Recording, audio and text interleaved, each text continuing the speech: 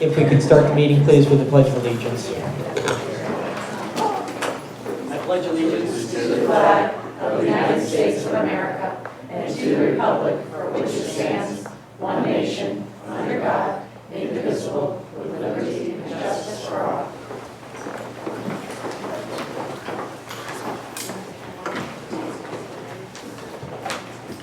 Good evening, and we'll start with the consent agenda, item 1.0, consent agenda. Do I have a motion on that?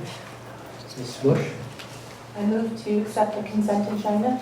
I have a motion on the consent agenda. Do I have a second? Mr. Nicholson. I have a motion and a second. Is there any discussion on the consent agenda? Ms. Sarn? Could I pull item C, please? Item C. Okay. Anybody else? Okay, so we're voting on 1.1, everything but C. And I'm going to call that motion to a vote by a show of hands. All in favor? And that is unanimous. Ms. Arm, you have item C. Thank you. In 6.2 of our minutes, we were discussing the results of the school improvement plan. And the highlights are reported in our minutes, but in fairness to what the board discussed, I thought because we discussed some of the lowlights, that ought to be at least included in the minutes.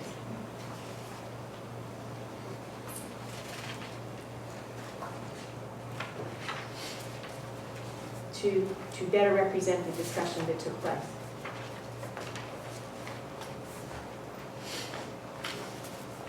Okay. I'm not sure what particular items. I think we'd have to elaborate in order for the minutes to be recorded the way you're thinking they should be recorded. I mean, those points that you're talking about, those lowlights. I don't know exactly what those were. I don't have them recorded. I know. Could the minutes simply reflect that the board discussed areas that require improvement?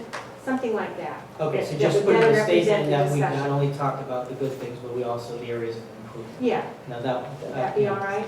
that would be a fair amendment if you'd like to make that in the form of a motion that, they reflect the true essence of that meeting and include, however you want to say that. I move to amend the minutes from the October 15th meeting in item 6.2 to include a statement about pertinent to that agenda item, the board also discussed areas that required improvement. We've heard the motion, Mr. Kemp. Okay, Mr. Kemp is seconding that motion. Is there any debate on that? Seeing none, we have a motion and a second. I'm going to call that to a vote for item 1.1C as amended by Ms. Arn to show the true essence of the meeting. All in favor? Those opposed? And those abstained? I got one abstention. The motion does carry. Thank you. Okay, item 2.0 is the Secretary's report. Item 2.1 is opportunity for the Board of Education to add or delete agenda items. Is there any agenda items that we're going to add or delete? Ms. Sarn? I'd simply like to ask if the information about district choice, the district choice form that was included in our information only packet, would it be appropriate to include that in the discussion regarding teacher administrator evaluation? We just add that to discuss at the time of that agenda item? I think that's, Dr. Conway could clarify, I think that's where what it's pertaining to. So the district choice form that was in the informational section of the packet. It's this one? No. No, that was me. Oh, that wasn't that. Okay. So Mr. Bird is going to address that in the teacher evaluation. Okay. So maybe that's the whole essence of the change in the teacher evaluation.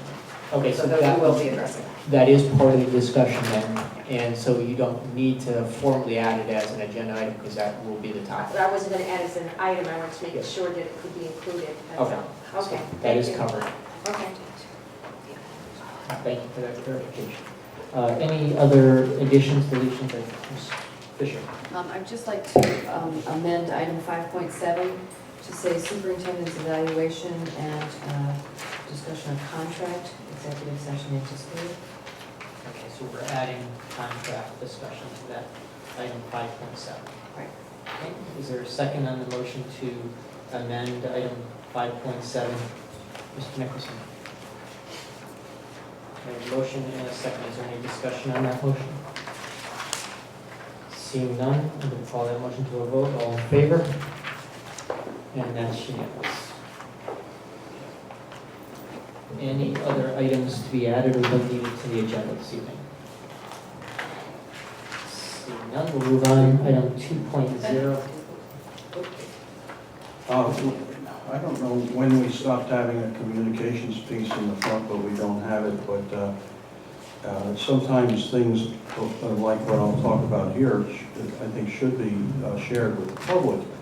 And Well, we could if make you it a- wish to add an agenda item, this Well, is- the question is, I'd like to know, should we add as an agenda item the K Board recognition award given to this Board of Education, or is it simply suffice to have you announce it? that is something that, I mean, if you want to be able to describe the essence of why they make that award and the details of it, I would think it could be an agenda item. I do know they give us a plaque or an amendment to our existing plaque, where we get the, when we do get those types of awards, but I think that would be appropriate. Well, I'd like to see it at a future meeting, okay, after this one. Correct, It's not okay. necessary we do it tonight, but I think sometimes things like this, as well as student awards, and I'd like to ask Dr. Conway if the Superior Writing Award is going to be part of the evening at Rockville High School. Dr. Conley? Thank you very much. Yes, Mrs. Buchanan will be sending that invitation out. The other invitations went out this morning. Right, because once again, there were only 6 students in Connecticut who won this. One was from Rockville High School, and this kind of thing needs to be known out there. Yeah, that will definitely be highlighted. And I would suggest that we will make sure that the CABE Board Award is brought to the board pending our meeting, our CABE conference. So it would be the second meeting of November that we would put that on the agenda. All right.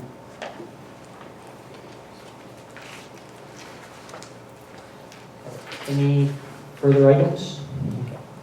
Seeing that, item 2.0 is Rockville High School Student Representative Report. Before we go to the report, I'd like to give Dr. Conway the floor to introduce our new student rep. Thank you very much, Mr. Hool. We're quite delighted to welcome Aaron McKen to the board. Aaron is an 11th grade student, a third-year junior. We're quite delighted. He has an extremely challenging course load, taking a lot of early college experience classes and including American Studies, pre-calculus. He's well respected by both his peers and his teachers. He is also just beginning wrestling season, so he's going to be very organized now that wrestling season has begun, so we're quite delighted that he has joined us. Thank you. Welcome. Welcome aboard, Aaron. And over to you and Olivia for your reports this evening. Not sure who wants to go first. You're all set. It's all,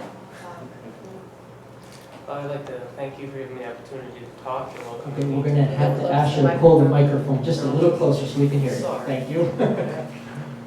Hello, is this good? Okay, I'm sorry. But I would like to thank you for giving me the opportunity to talk and for inviting me onto the board. But now into news with Rockville High School. Recently, the marching band performed extremely well at the Festival of the Bands. And in upcoming events, we have the Powder Puff game on Wednesday, which should be a very good turnout if it's like last year. And then coming in early November, I believe on the 8th, we have the dodgeball tournament, which was a lot of fun last year, and it should be a good turnout again. Good evening. This weekend, the marching band went to states, and while we placed 5th out of 7th, it was really competitive, and we still scored an 85 point something or other. And a lot of the people above us also scored 85 point something or other.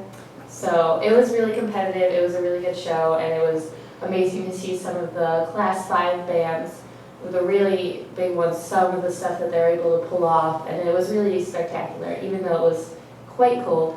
The soccer and volleyball senior nights were both really successful. I know a lot of people turned out for the volleyball game, and the girls won, and there was like a balloon arc, and it was just a really good spirit-filled event.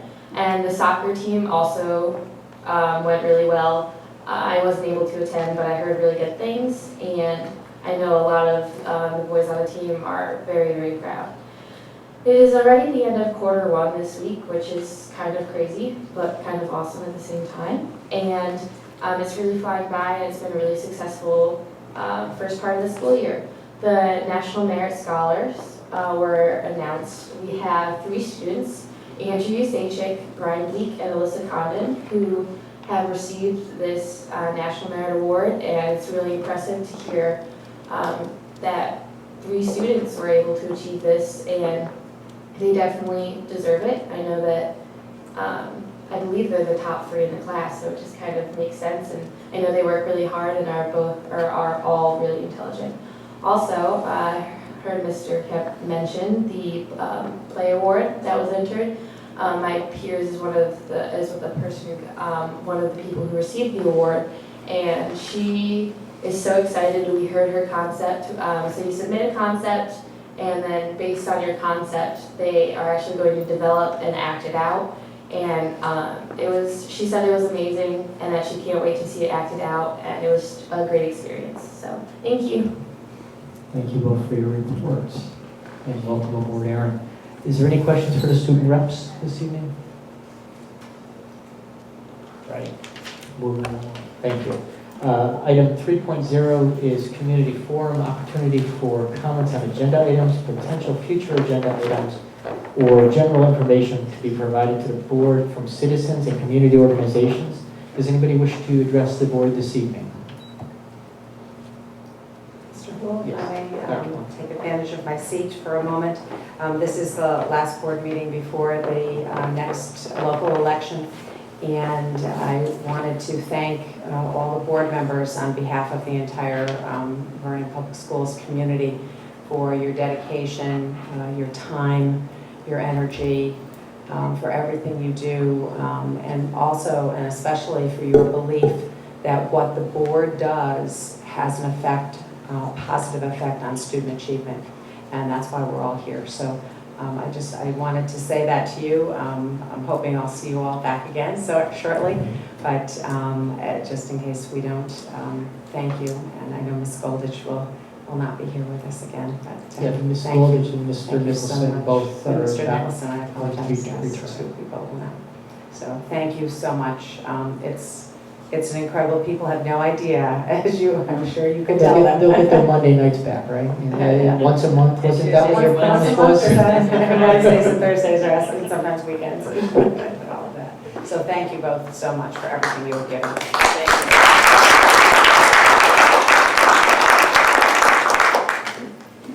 Thank you. Thank you. Mr. Buttar. Thank you. Your Honor, I noticed this here, that Please put your mic closer so we can get your... I noticed this here, the town council awarded plaques to the retiring town council members.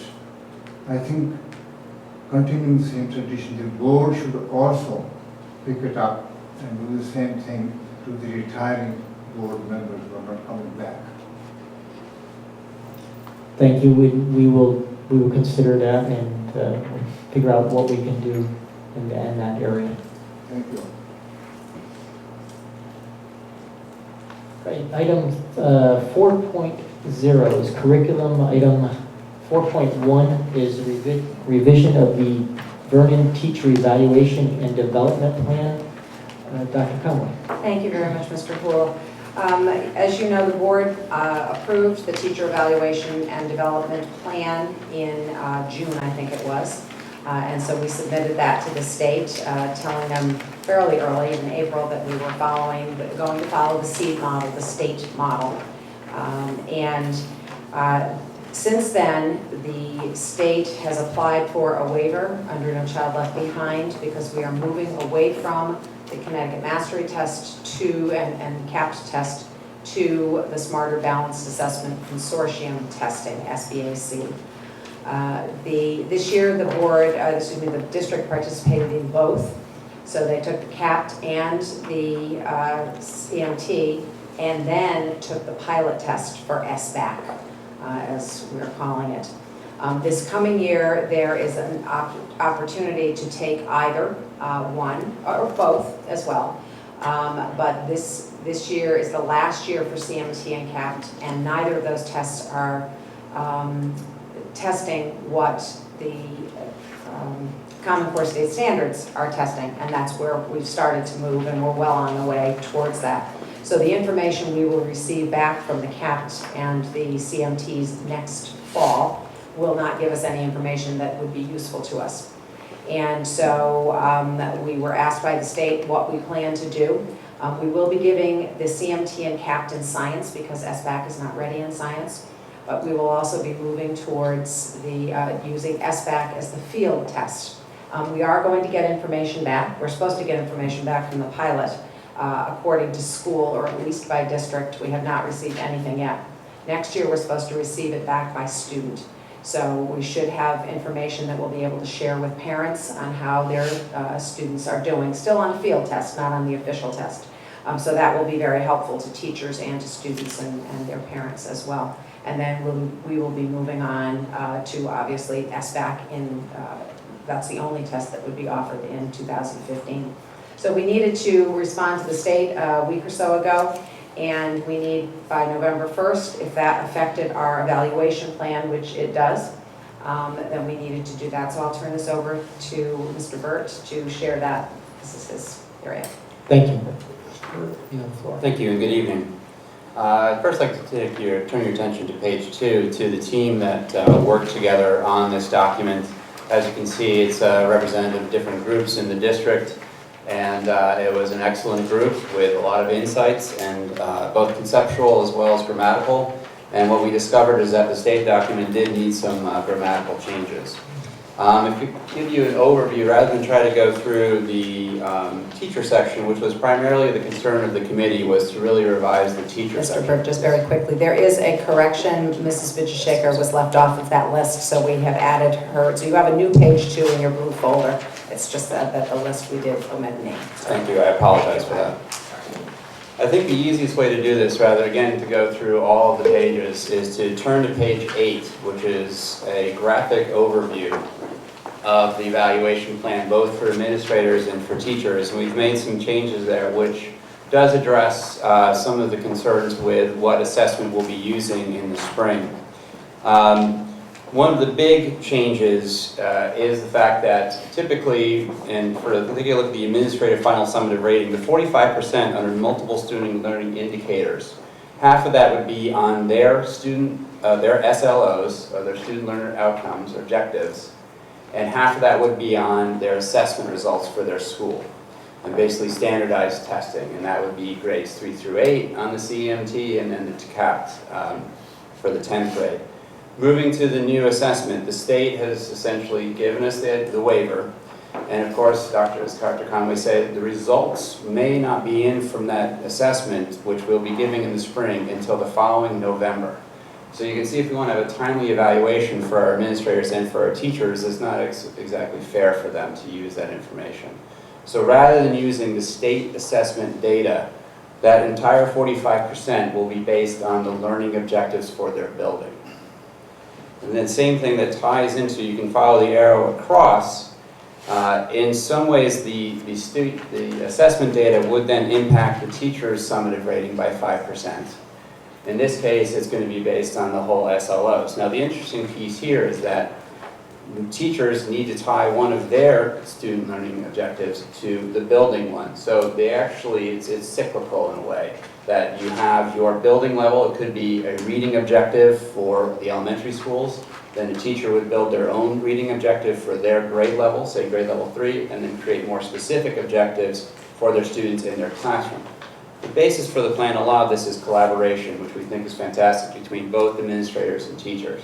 So again, that grade level 3 might be the entire district would work on the same objective, and then they would make it specific into their classroom.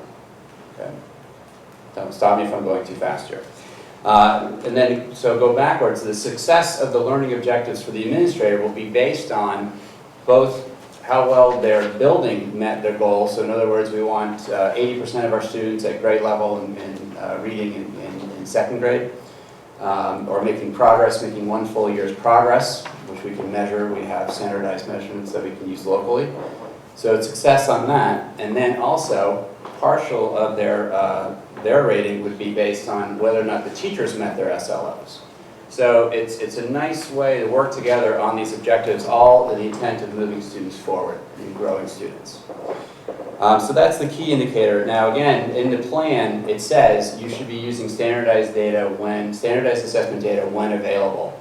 And from what the state is telling you, at least for this 1 year, we will not have that data available. So again, we're going to go through our local assessments and our local goals for this, for the assessment. So that's primarily going back, if you will, back to that insert from your folders.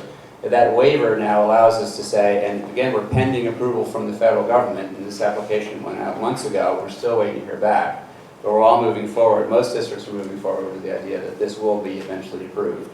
And that, again, we're going to be using our local information and local assessment data. We believe probably next year, second year into the SBAC, might be the same situation, but we're going to wait to see what the state and the federal government says about that as well. So we've created a plan we feel that addresses the concerns, of this sort of transition time between assessments, as well as still focuses in on teacher growth and student growth. One piece that we did eliminate, actually two very important things that were cut out in red. One is the state, and that 5%, if you look over in the right-hand column, it says 5% whole school learning indicators. And again, that's the SLOs for the administrator. There's an option there to do a student feedback surveys and have teachers build goals off of that. And that was not a fully developed section, and there was some significant concerns both within the district and within the state of how you'd actually survey students, and there was some additional concerns on how you would apply a goal to that. So the committee decided to not include that in the plan and go to the whole school learning indicator. One other piece that was an option given by the state, it was something called complementary observers, which is peer observers, teacher to teacher doing observations and be able to collect evidence. And there was a lot of confusion about that, a little uncertainty, so rather than try to address that in this version, we felt that it'd be better just to not put that in there until we have more clarification from the state and more clarification from the pilot districts that use this before we started going down that road. It's not to say that in the future that may not be a possibility, but the committee felt that for this first year, first implementation, just to clarify things, that was not going to be included. So those are some of the highlights. As you can see, most of the things in red, I did try to eliminate some of the extra information from the state. It was, about how they developed the plan. It doesn't necessarily think that was pertinent to us. They did a lot of background story of this, so trying to reduce the number of pages. Also, just in terms of trying to make it concise, place some of the information into appendices at the end. One else important thing, if you notice on the front cover, we have our strategy for improvement, and we wanted to make sure that we were tying our plan to that. That's why it's on the cover. But teachers also, part of their plan, it's not actually in the percentages here, and if you look at that page 8 again, one thing they have to do as part of the observation cycle is they have to pick an area of focus. In other words, as I come in and observe you, they would say, well, I'm going to focus in on, in this case, the state plan says pick one of the CCT, or the competencies of teachers, which is basically their rating and the rubric that we use to evaluate teachers. We said that we're going to pick one of the 3 areas, if you look at the front cover, either student, learning task, and teacher. And in order to do that, then we would correlate that information to the CCT. So we're still within the bounds of the plan, but we wanted to make sure that as we have those discussions with the teachers, between the administrator and the teacher, the observer and the learner, in the language of Bloom Board, that we have those conversations that focuses in on the strategy for improvement. One other note, I'll say, occasionally you'll see some language in there that says, and teachers will submit that digitally, e.g. Bloom Board. We hope to hold on to Bloom Board for now, and so with that, things have changed even since last year. My understanding, we were with the Danielson product and PD 360, so it's trying to keep that language vague for the specific product, rather than just saying you will submit it digitally, and the product then would change over, hopefully not change, but things do change with the state. Board members' questions. I saw Ms. Bush hand first, so I'm going to recognize her and then I'll come to the side. I'd first like to make the motion that the Vernon Board of Education approve the revision to the Vernon Teacher Evaluation and Development Plan. I have a motion by Ms. Bush. Mr. Bouchard? Mr. Bouchard is seconding that motion. Discussion on the motion. Mr. Kemp? Regarding the complementary and secondary observers, you just said that they're not going to be implemented at this time, but should you use secondary observers, my question had to do with where would they come from? Would they be current VPS employees, or might they come from outside? You're referring to page 12. I apologize. I did not say we were going to replace complementary observers with the secondary observers. In our current plan, we have two specific administrators in that role. In addition to myself, Dr. Conway, Ms. Buell, Mr. Gussie, Mr. Testa, we can all be complementary observers. And we actually are listed in our Bloom Board online piece as secondary observers. We can essentially go and observe any teacher as needed. But in the case of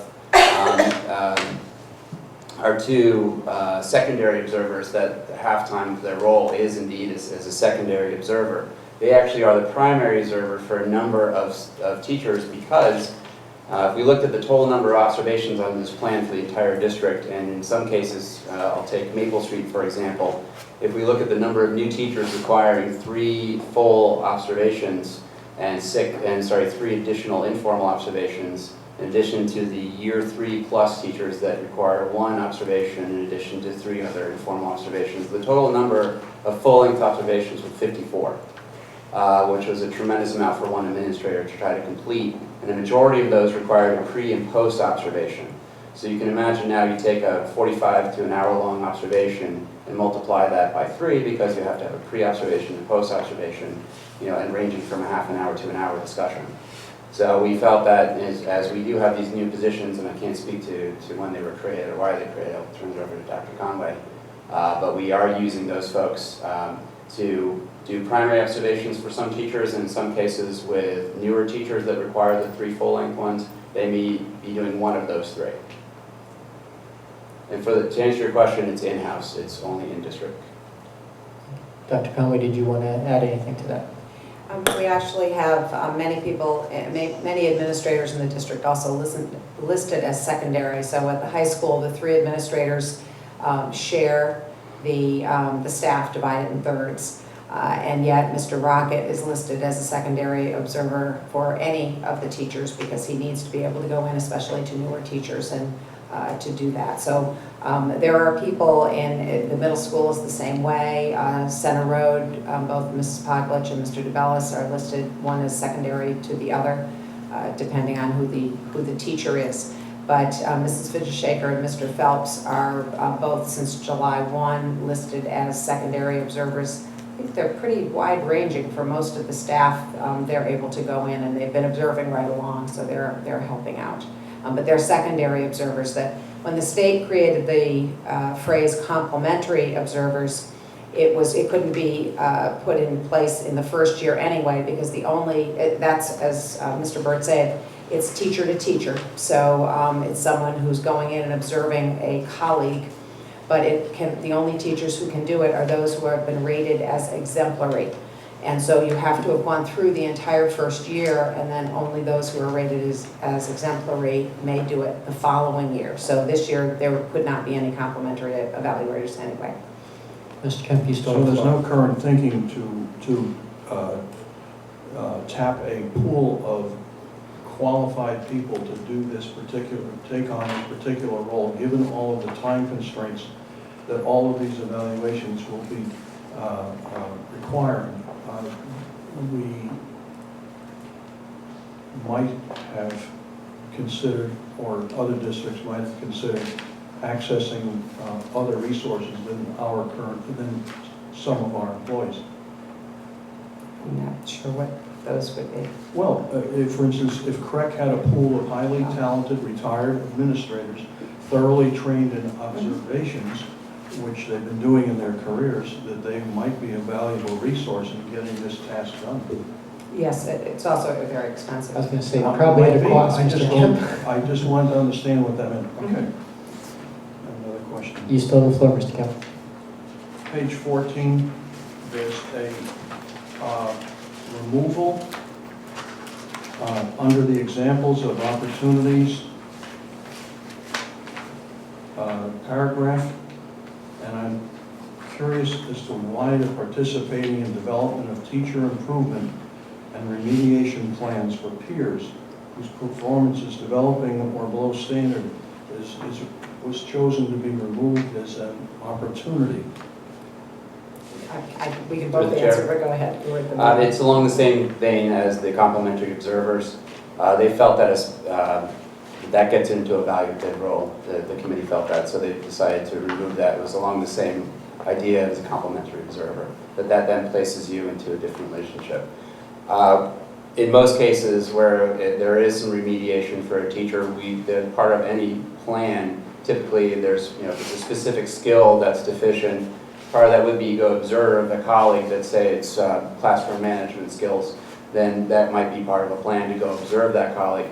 It's different observing than being a part of that remediation plan. They felt that crossed a line.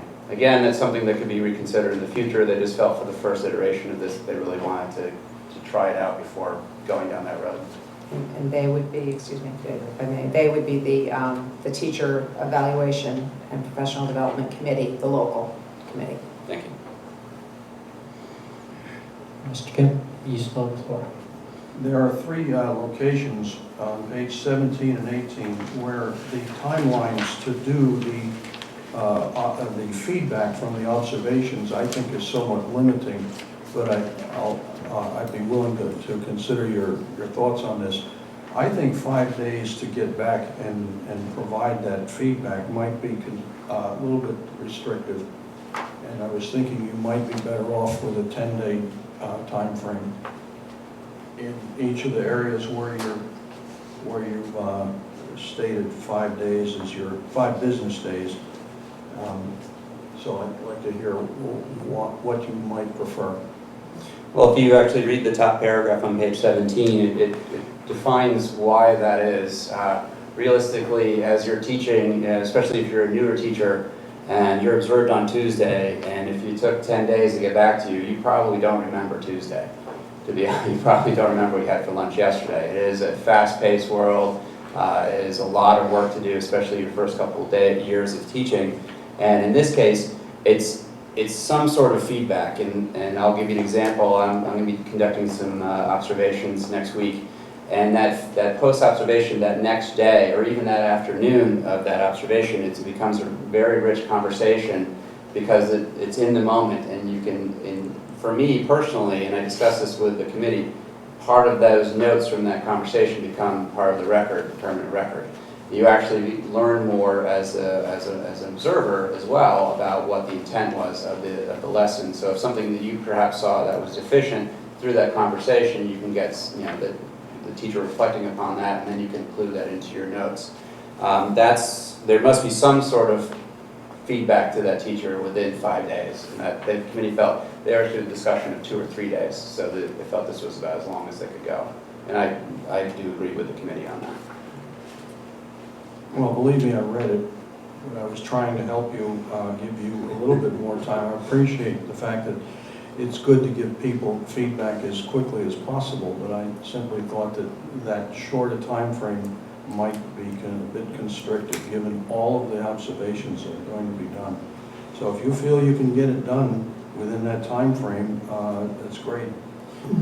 One more element is that we do have, it's digital, so all of our notes are input to Bloomboard and digitally copied into there, or you can actually type right into it. There's a section for the observation. Then you tag that information based on the CCT. If you notice on page 16, that's with the CCT. So if it's 2.A, say creating a positive learning environment, you would highlight a section in your notes and you click a little button and then it highlights it, actually categorizes that for you.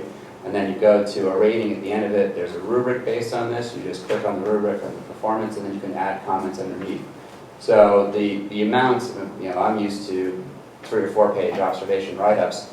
The amount of that work is lessened. As we get towards the mid-year and the summative review, the end of the year, probably take a little bit longer, but the timeline for that is extended. Gives you a little bit more time to write those out. Thank you, Ms. Sarn. Mr. Burt, my concern has a couple of them, but one of them has to do with the parent feedback. Parent feedback. I'm not sure how valuable the tool is that we use in Vernon based on the participation, the low participation, and the integrity of the surveys themselves. They can be taken multiple times. So I'm concerned about that 10% parent feedback and how accurate the information is going to be. I don't expect to have an answer, but I'm concerned about that. It has I don't know, I guess I would call it a pretty significant weighting factor, and I'm concerned about the integrity of the parent feedback. So is there discussion about changing or improving or the mode of survey? I'm not sure that we would put the mode of the survey in the plan itself. That's more of a logistical aspect. That's something that we will discuss as we move forward to ensure that the results are valid and important and useful for individual buildings. In terms of how you use that as an individual teacher, the process is, and this might alleviate some of your concerns, the process is that the surveys go out in the spring and then in the fall, and the way we have it written here is that the BLTs, or the building leadership teams, look at the survey results and determine 2 to 3 goals for their building. And then as an individual teacher, I would then customize that goal to my classroom. So an example, let's say the survey results said that the building goal is we want to increase the number of positive interactions with parents overall. And so as an individual teacher, I would commit to, I'm going to make 2 phone calls per week. I have 20 students, so I'm going to make every 2 weeks, every student will get a positive phone call, postcard, email from me over the next 20 weeks. Will be 2 contacts essentially.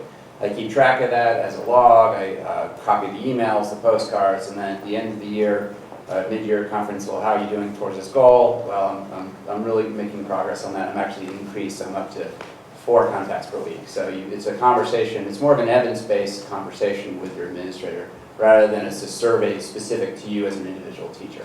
The survey is about the building as a whole, and then the building creates the goals, and you pick one of those to customize for yourself.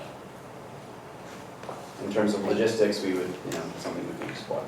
The process was clear in the report. I'm just concerned with the validity of the survey information you'll be using, that's all. Also included in there is the BLT be working with the school governance councils on the development of the survey, and that would be probably the good place for that conversation for the logistics and the quality of the survey as well. The state has a number of example surveys online that we can pull from. You still have the floor. On page 18, the evaluation plan, is it only one? Actually, you removed the word unannounced. Or added, The red is sorry, highlighted, added yeah, the word yeah. unannounced. There's only one unannounced in-class observation for 3rd year and beyond teachers? It's at least, yes. In addition to 2 other kinds of observations, informal ones, which would be shorter, 10, 15 minute walkthroughs essentially, as well as review of practice, which the state hasn't clearly defined, but we've started to talk about if you're in a grade 3 data team, invite in your observer, they would say, what are you discussing in terms of your students and recent assessment data, casual conversations about, let's say you got your recent student, your FNP data on reading levels, and you can bring in your observer and say, well, this is what I learned about my students, and this is what I'm going to do differently in terms of instruction. So it's a lot lower. It's not. It is more than just one unannounced visit. Okay.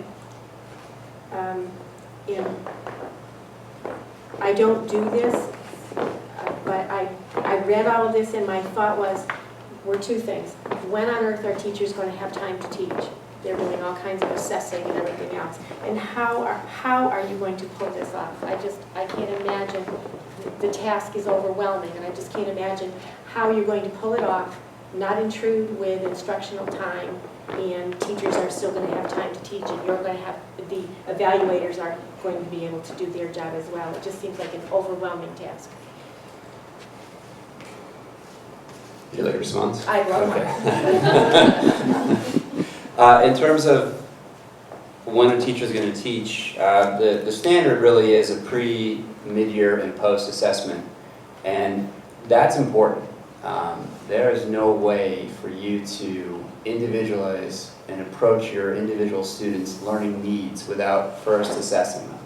So if you have a standard, you know, hopefully it's a common core standard that you'll be dealing with, and you need to know the children that are sitting in front of you, and you should know that within the first couple weeks of school. And you should constantly, and it doesn't have to be, you know, in most cases, we're used to assessments of being exams and tests and multiple choice tests and all these things that we experienced in high school. There's quick things, formative assessments, exit tickets, entrance slips.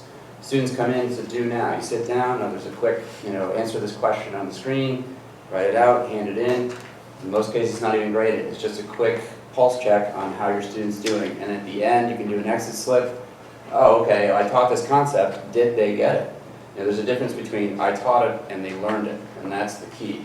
And these formal ones, these SLOs, really you want to have those larger dipsticks, if you will, more formal ones, you know, pre, mid, and post, so you actually are checking in on how your students are doing. That's the thing that we have to emphasize as administrators, that this is not a gotcha.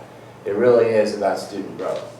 And so that's, in terms of, we don't want to over-assess people, and that's a concern, and we don't want our kids just sitting down taking test after test after test.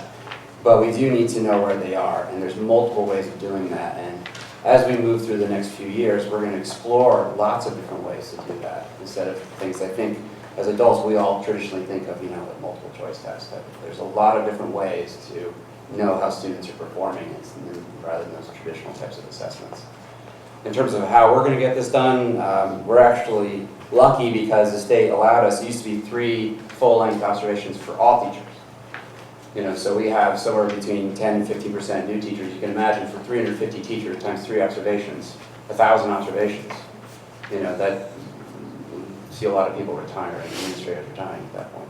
So we're a little bit lucky with this, that it's only year 1 and 2, and those folks who need some additional help that are more veteran teachers. But for the most part, the majority of our teachers it's only that standard of 1 longer observation.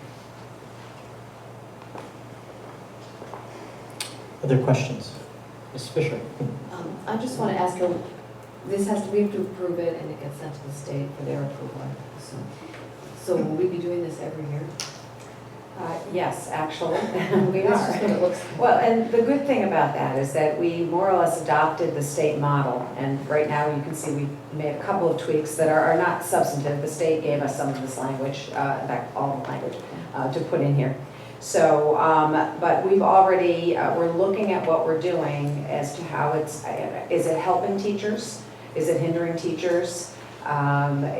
We want it to be a growth model. We don't want it, as Mr. Burke just said, it's not a gotcha. This is all about student achievement. It's not about getting rid of bad teachers. That has nothing to do with this. This is growing teachers and making sure kids are learning.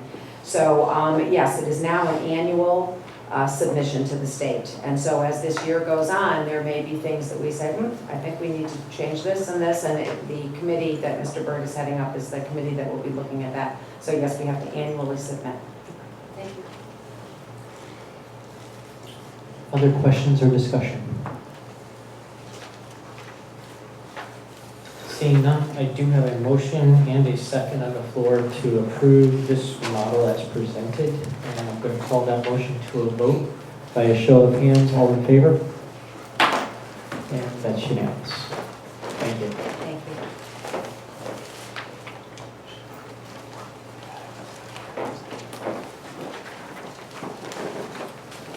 Okay, moving on to item 4.2, the kindergarten iPad initiative report. Mr. Lamar, see you.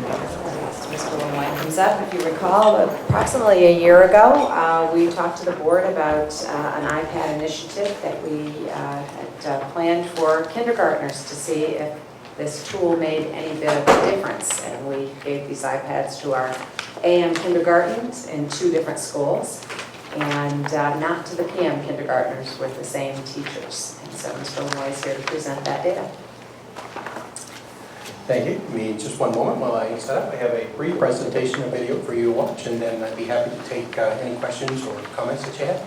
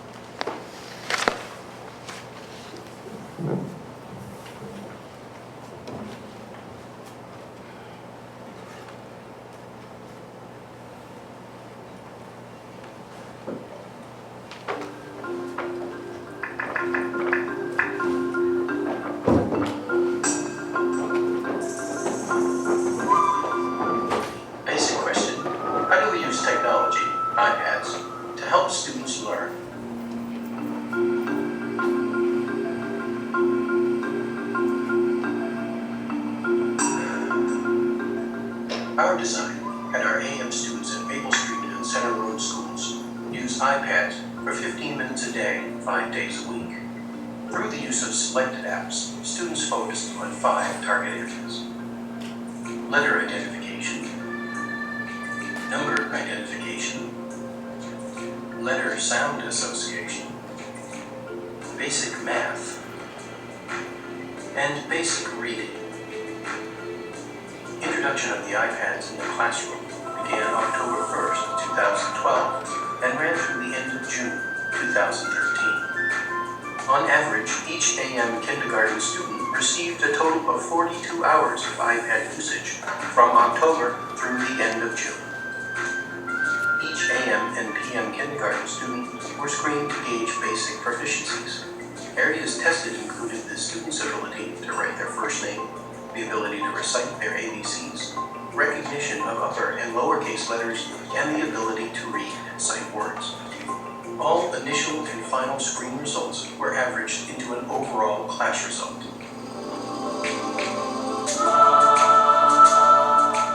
Center Road School AM kindergarten students tested to an average of 43% for the AM class and 40% for the PM class. While Maple Street School AM and PM classes both tested to 26% proficiency. The final screen for the Center Road AM class resulted in a 94% proficiency average, while the PM class achieved a 92% proficiency average. The final screen for both AM and PM classes at Maple Street resulted in a 91% proficiency average.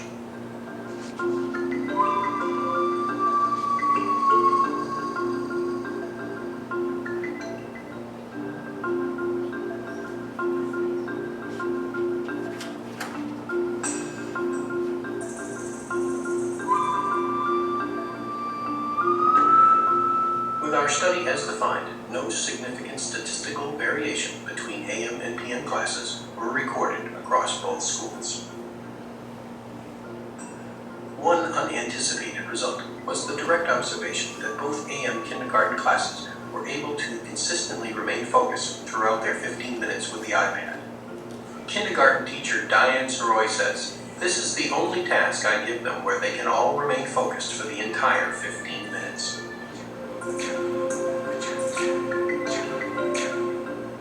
The initial results of the iPad initiative have yielded some surprising and unanticipated indicators.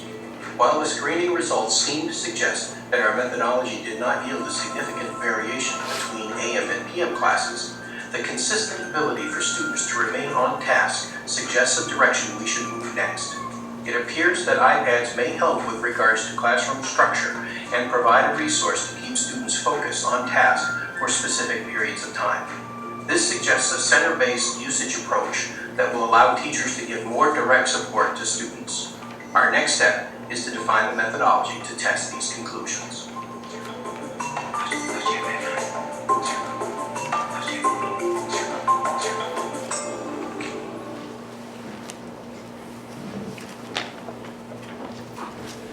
But it might be a little easier for you to digest the overall theme of what we were looking to do from start to finish.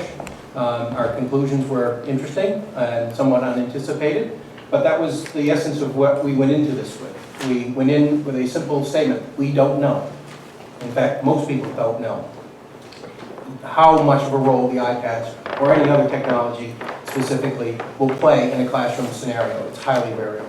And so I think we've learned a great deal from this first effort, and it certainly has pointed us in the right direction, I think, to move to the next step. So with that, I'd be happy to take any questions or any other statements that you might have. Board members, comments, questions? Ms. Sonny? I was with you, Kevin, until you said leads us to the next step. What's the next step? Where did it lead you to? The next step, it seemed very obvious that this was one of the only things that the students could stay on task for the entire time that they were there. And so in talking with our kindergarten teachers and the principals at the two schools, the feeling is that a more center-based approach might make some more sense. So in other words, if we have, say, 15 students in a class and we have 10 iPads, we might put or 5 iPads, we might put 5 students on the iPads and allow the teacher to focus on a smaller group at one time, and not have any loss of instruction because those students would be using the iPad and staying focused on those particular areas that we're presenting to them.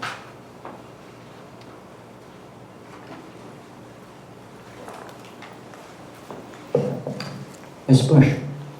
If that's the case, each teacher would need less iPads if they're doing it center-based, so that would spread it, so you'd be able to spread it to other kindergarten classrooms, and you'd be able to even reach other schools besides the 2 schools that you are servicing right now with the program. That's something I would love to see. I'd like to see the iPads or some type of tablet that could work similarly in every classroom, kindergarten classroom to be exact.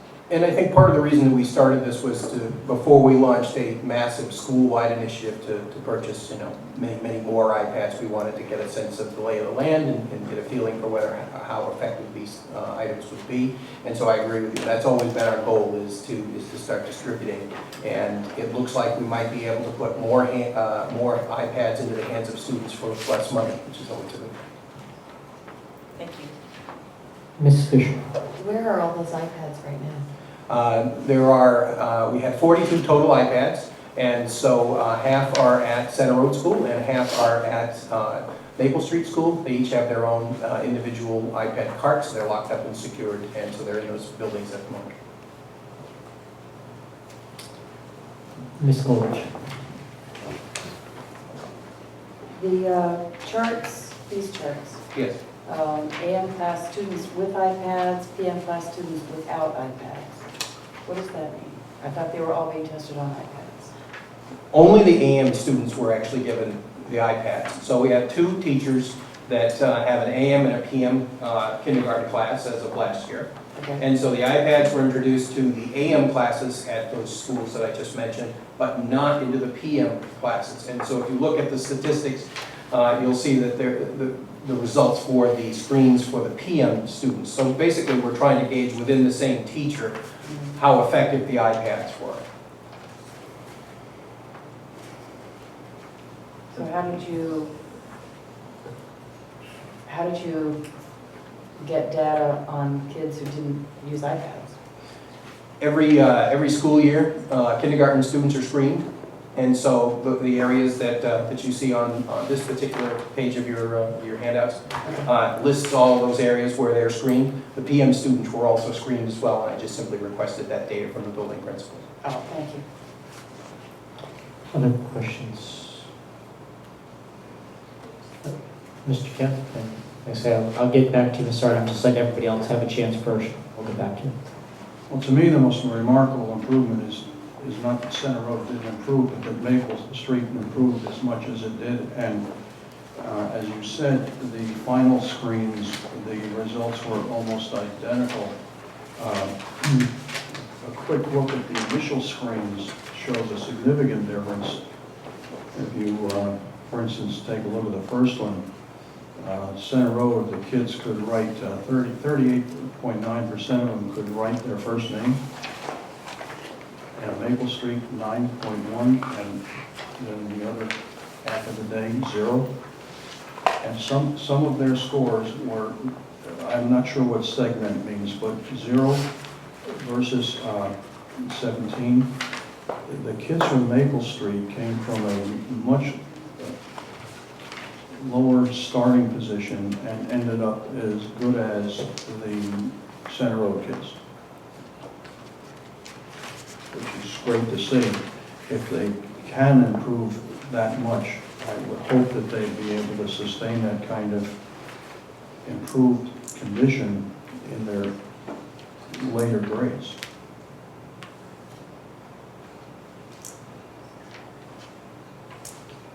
Thank you. Mr. Kemp, I'm assuming you're commenting on general. It's not the iPad difference. I mean, This is what happened, regardless of the iPad. But I note the change that you noted as well. I mean, but it's just showing us a lot of work is done that year.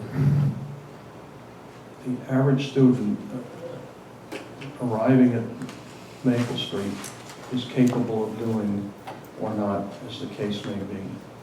And yet they're capable of moving forward, but it just makes you wish that they were just so much more prepared by their parents when they come to our school system. Thank you. Other questions? Mr. Nicholson?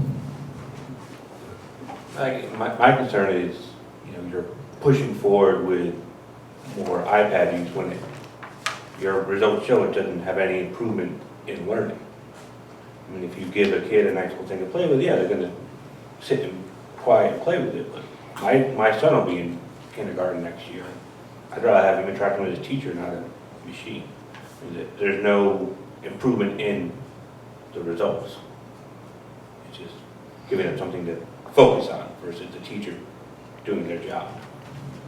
I don't know that with one study and the way that the study was designed, that I would be prepared to make that kind of a statement, that iPads have absolutely no impact. The question is methodology. And I think in any statistical study, they were constantly adjusting and refining the process. I know that the statements that I've seen and the observations that I've made of students who are completely focused and undistracted, that has to be, and they're working on letters and numbers and those types of things. I mean, that is an ideal situation, I should think, that you would want those students to be completely focused on what they're doing. And this was an area where they were able to do that. So it doesn't necessarily suggest to me that there's no impact. I think the question is creating a better measure to gauge potential impact and then modifying that process incrementally. We're in uncharted territories here as a society. How much do they have an effect? the popular consensus is that they do. I don't think I was willing to concede that into the argument either. As I said in the beginning of my presentation tonight, we came into this with a simple idea of we don't know. The information seems rather positive in the sense that we did observe something that we totally did not expect to observe. And so from that process, I think we go back, we look at the numbers, and we try to do our best to refine the process and dig a little deeper to get to the area that we need to be at. Ms. Cern, we're back to you. Well, Will made the first part of my statement, which was it appears not to have had any positive impact on the educational outcome for those kids. Appears not to have in this small population. So the use of the iPads is to, because they seem to fully engage a child, to use them to occupy them while the teacher does something else. And that's a benefit in that the teacher can, or students can be engaged at all times, perhaps not always with the teacher. And you're saying that that's a positive way to use the iPads, is to engage the kids.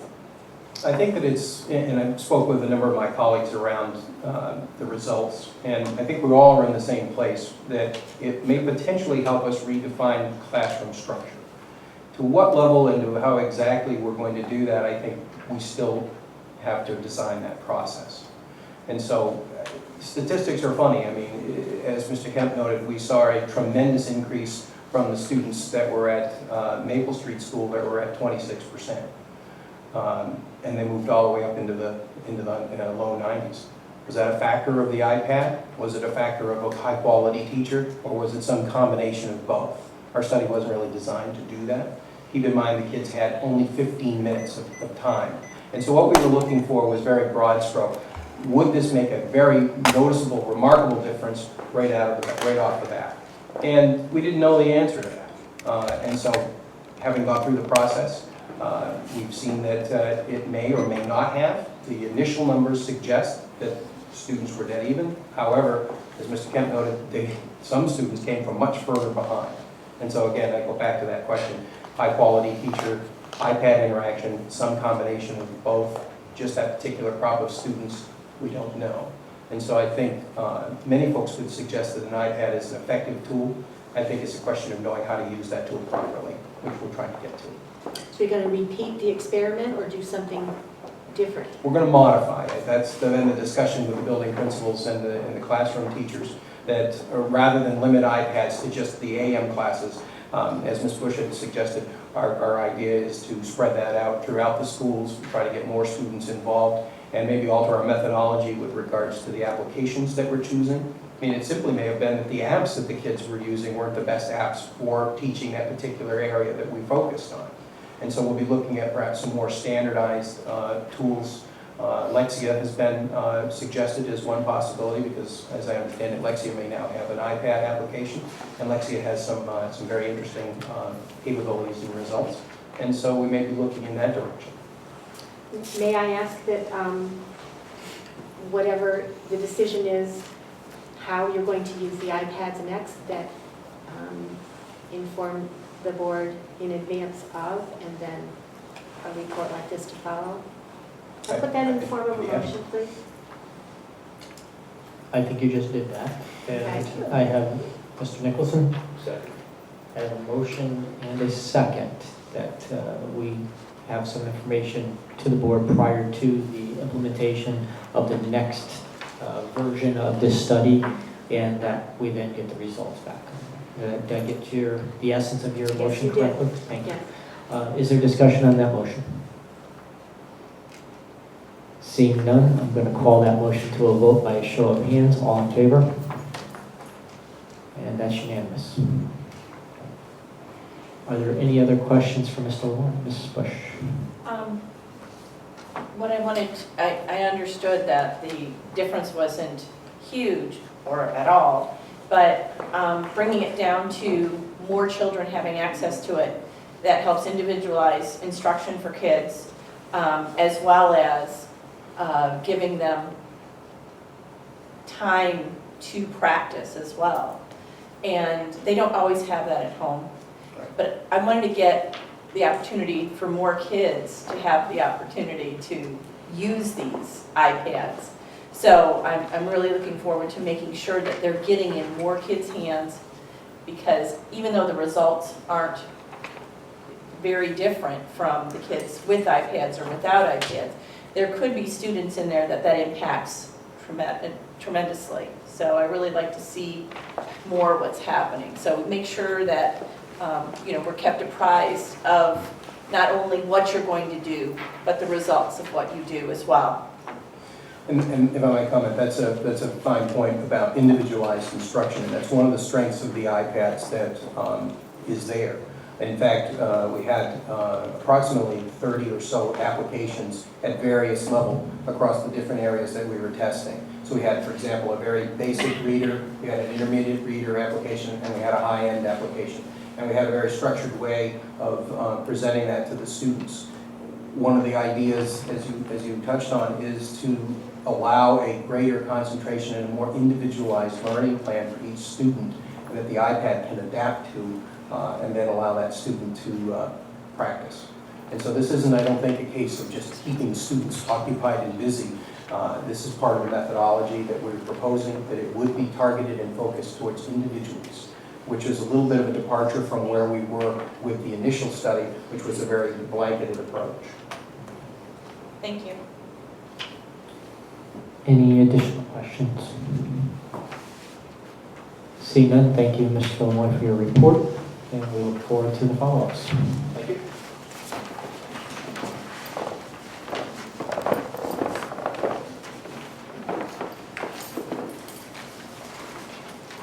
Okay, item 4.3, Magnet School Report, Dr. Conway.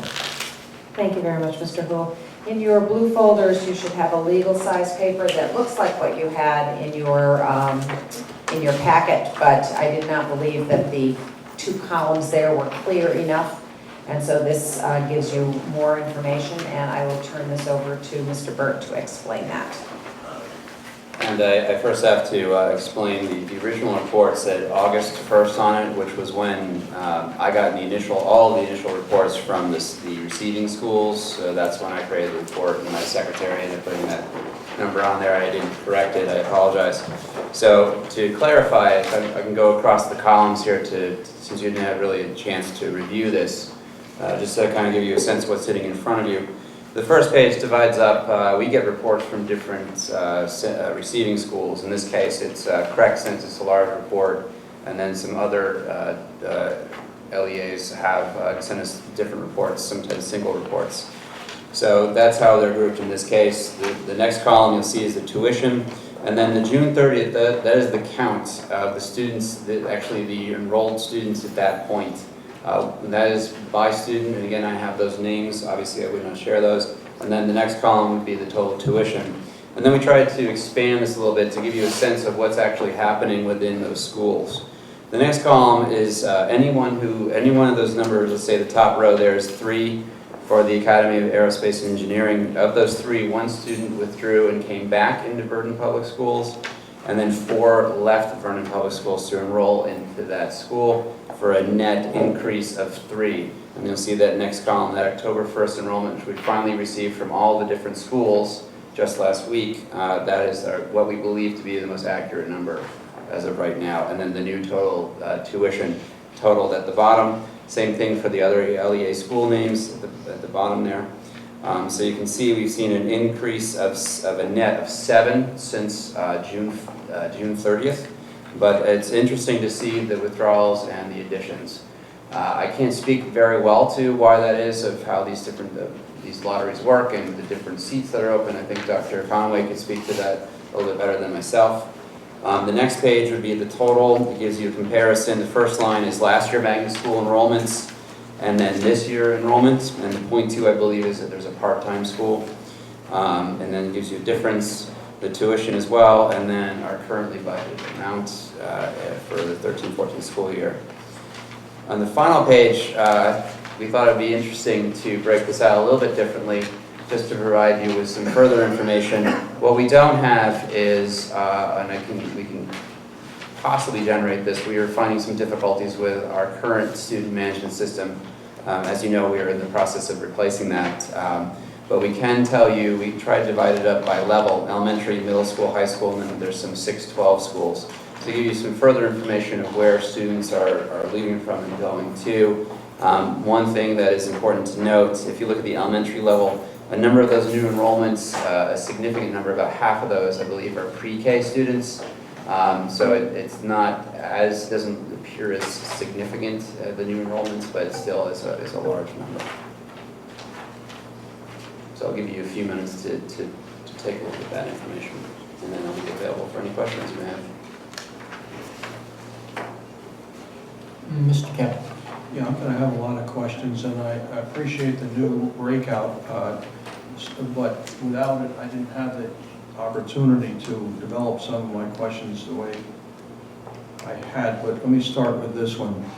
Some of the numbers of students that may have withdrawn may also be transfers from one magnet to another.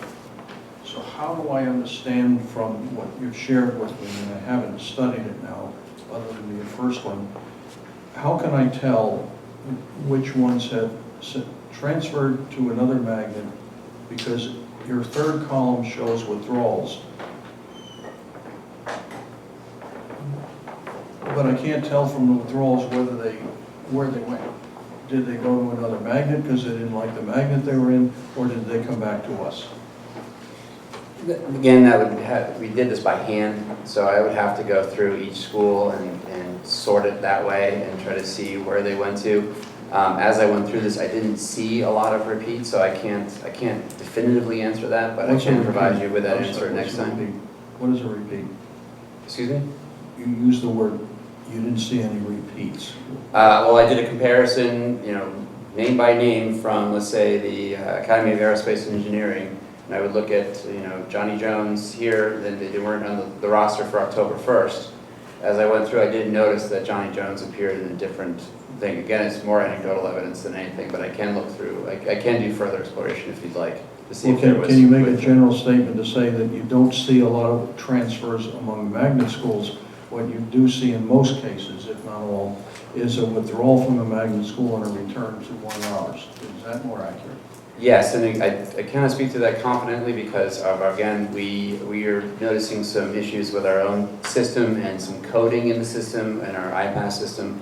So we're going to, as we are noticing these things, we'll make sure that we're making note of that to change our protocols when we get our new student management system to ensure that we have accuracy in future years. But right now, we can produce that report. It would take us some time. Again, it would have to be a hand, line by line comparison. Well, if you could, just to help me understand this, you start with 131 kids in the first block. All right, then there's 21 withdrawals. Now you have 24 new enrollments. Would you explain the difference between those two columns for me?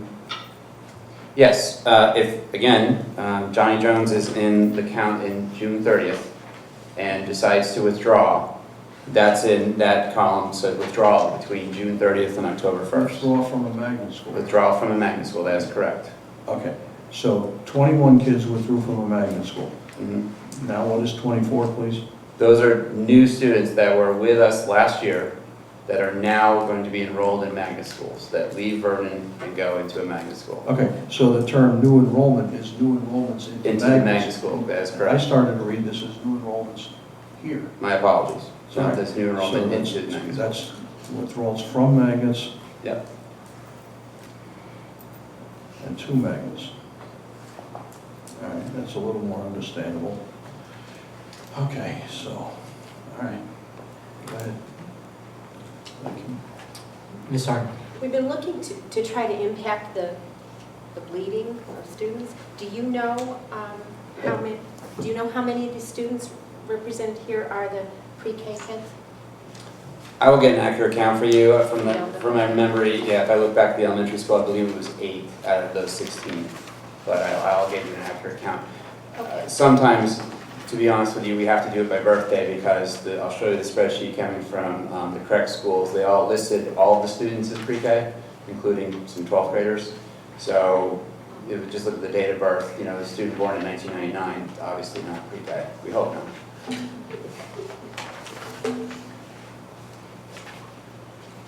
So although that new option is adding to our numbers as parents discover that, it may be that the numbers of students leaving for magnet schools is slowing down.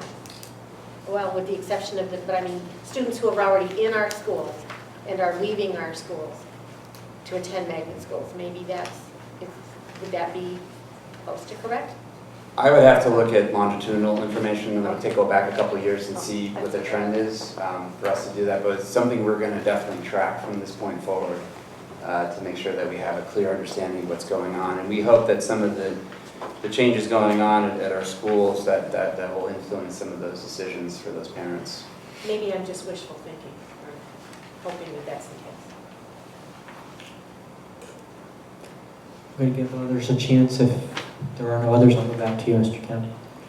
Well, in some cases, to address Michelle's question, you can see where there were 18 kids at the Public Safety Academy and now there are 12.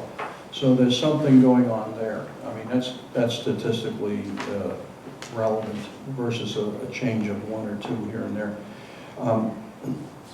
And there are others that have a lower count now than they did before. So some of these schools are losing population. What's hard to tell, though, is the options that are new for people. Like, for instance, this Two Rivers Magnet. When did that open? Isn't that relative? The middle school's been, the middle school's been open for quite a while. The high school, I think, is starting their 3rd class. Yeah, that's what I mean. So some of these are relatively new options. So that's why I was asking you before, you may see people moving from the Public Safety Academy, as an example, to the Two Rivers. I don't know. I want to know what they're doing.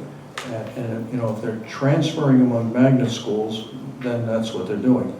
If they're coming back to us, that's also what I want to know. Now, this doesn't show me who's come back, not so much who, how many have come back to our school system. This just shows me the magnet school count. Now, what we wanted, at least I did, I want to know how many kids have come back here, preferably to the high school, by middle school, by elementary school. And so, in addition to seeing a numerical count of who's out there, I want to know who's back here. I don't need to know that tonight, but I think we need to understand who's coming back and why. Now, and to which school. Now, it would be nice to know where they came from, but I'm primarily concerned that we get them back, okay? Now, what is this last page here? It's the same information, it's just categorized differently. It's by level, elementary, middle, high school, and then there's a few 6 through 12 schools. So I anticipate that the board might have some questions about the particular levels that they see a significant change either one way or the other. So it's just the same information on the front page, just sorted differently. Okay. All right, thank you. And last question, are any of the magnet schools listed here new, as in the past year? I don't know which ones. There were 3 that were just opened That's what I mean. last spring. Which ones were? Do we know? Not off the top of my head. Wasn't Goodwin one of them? And I don't see it listed here. Yeah, I do. Goodwin College of Early Childhood, something or other. It would just be interesting to know if that's a brand new option that accounts for some of the numbers. And final question, final.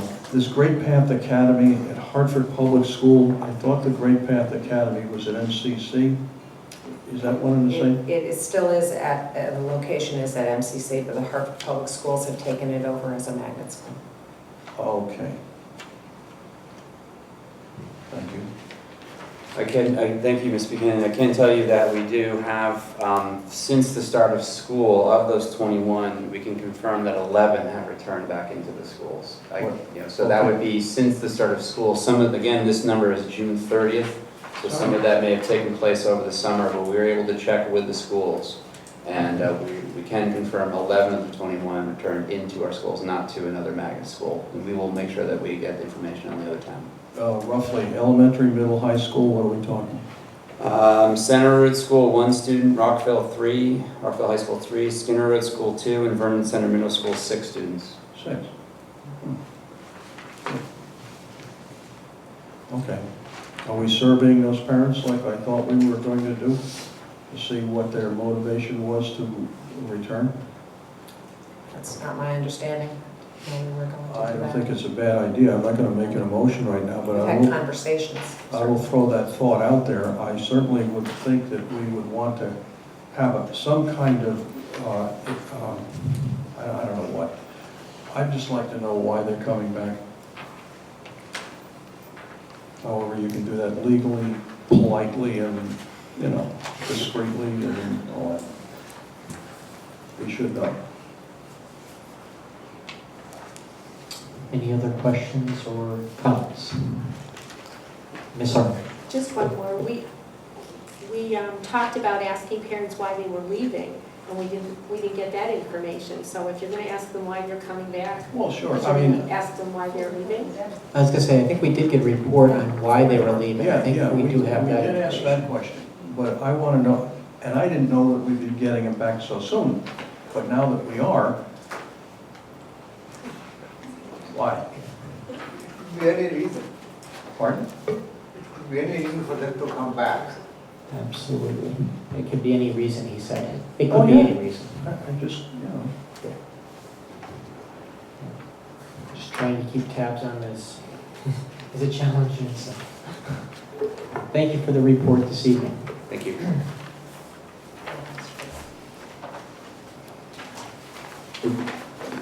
Okay.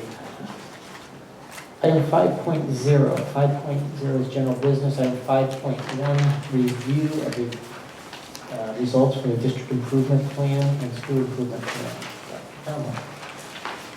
Thank you very much, Mr. Vogt. We have 3 more school and the district improvement plans, the results ready for you. Much of the data, of course, you received in the last week in June as well, because they were screening data and the CMT data you've received, so I'll just briefly go over these again. You can see in Lake Street School, they surveyed parents at particular parent evenings, and there are comments there that they thought were pertinent to a positive response to the parent offerings that they had throughout the year. They detailed fundraisers they've done, so their community service. In educational goal number 2, you can see that the students, the writing assessments that we started last year in the writing program, were not the 85% is what we were looking for. We did not get 85%. You can see what the kindergartners are doing. I was reading some kindergarten work today, so this is the end of October, and we had students writing multiple page stories about what they were doing, which is not something they were doing at the beginning of last year. So teachers are coming to believe that our kids can actually do this work, which is marvelous. So our writing assessments are new. There is some growth over time, but it's not certainly where we want it. The CMT results, as I said, you've already received those, but Mr. Testa, who prepared this with Mrs. Wenzel, included both the proficient and the goal. You can see, I think they maybe did that because they had 100% of their 5th graders at proficient in writing, and that's certainly something to write home about. Back to the screening, which again you received in June. The screenings at low risk, the percent, and students not where we want. Very consistent though across the district. The kindergarten screening letter sound fluency is a screen that really shows, that's the one that connects students being able to read. That is that one screen. And so that's an extremely important one. And when you get 48%, which truly is about, we had 50% across the district last year in our schools, very low in kindergarten there. The Maze reading comprehension, F&P, that's Fountas and Pinnell, that was the benchmarks from last year. There was only one grade in the spring that was below 80%, which was district. And what did I have on the other? They also included in goal 3 the discipline data, which you've already seen this year. Percent of students at low risk. This was a screen that the board had asked about at the last meeting, that some of our schools included and some of our schools did not include. So we'll prepare that for you this year so you can see more of that. That is a behavior screen, and it's indicators that might say that a student needs a little more attention in some way to make sure that they don't fall into some poor behavior across the district, across the classroom. So that would be the SRSS screening data. And then they included a lot of the climate survey, which we did last time and we're going to finish up this time. They included more items than I have shared with you. And so that was Lake Street School, and I think most of that data you've already seen. So I don't know if you want me to keep going or... And any questions regarding Lake Street School survey? Try to have once you're there. Sorry, Mr. Kemp just flagged me down. Well, just the percentages of our goals, I'm a little confused between 85% and 80%. So the question is, which is it? Yeah, the district is 80. Lake Street is generally 80 or above, and so they have been putting theirs at 85. Okay. Any other questions for Lake Street? Well, no, just before, why do we have another Skinner Road here? Skinner Road, that's the correct one. The original one was the one we had received before last meeting, and it did not have the data that you had asked for.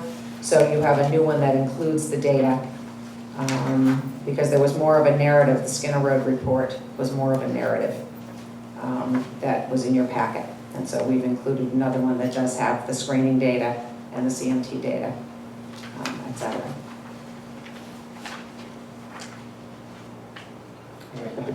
Maple Street School. Maple Street School conducted a welcoming school walkthrough. I know that Vernon Center Middle School also did that. You usually do it with members of your school community, including parents, teachers. And so theirs is the last, should be about 4 pages long, that gives you information on how you can make your school more welcoming. So there are a lot of indicators in here that are very interesting, but they wanted to include that there. So they did do that. You can see that they've included the attendance for the community school across the year. In Fountas and Pinnell, making the year-end target, there were 2 grade levels that were below the year-end target of 80% in there. And then they talked about the performance tasks. Now, we're not finished creating all the performance tasks, so there are some schools that don't have them written down, and Maple Street did do them in grades 4 and 5, so we're still in the process of creating those, and they put their results there as well.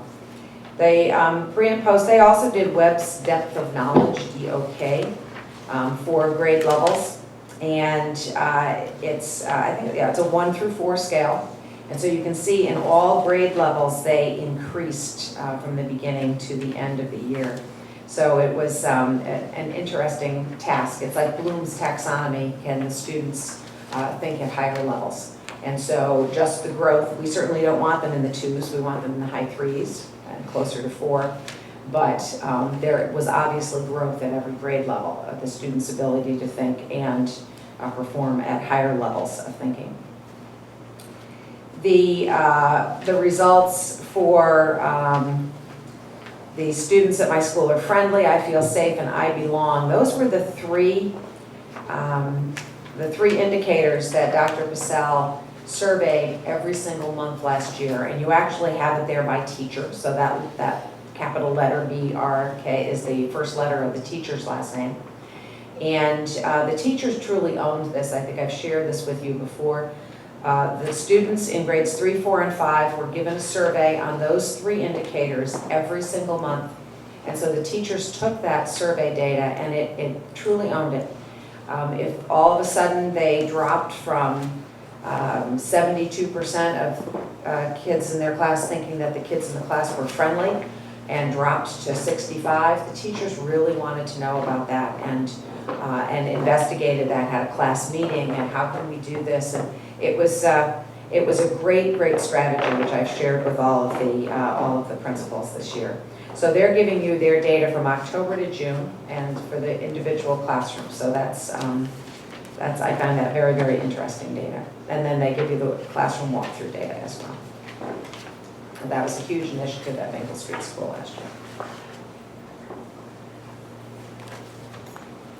Any questions of Mr. Kemp? Yes, first of all, I like the little letter designation. I'd like to see that used elsewhere, as you just pointed out. Please explain the welcoming walkthrough survey. I hadn't seen this before, maybe I should have, but Not all of our schools have done that. I do know the middle school and Maple Street School did that, and that was as a result of their data. The survey data we use is a reliable, tested survey created by Victoria Bernhardt, which I have access to from previous work. So that's the survey that we have implemented across the district. And in that survey, there were indicators that indicated that parents didn't feel welcome at either of those 2 schools. And so the welcoming walkthrough is a protocol that you take a team and you survey the physical environment, you determine how people answer the phone, what you see when you walk in, how welcoming it is.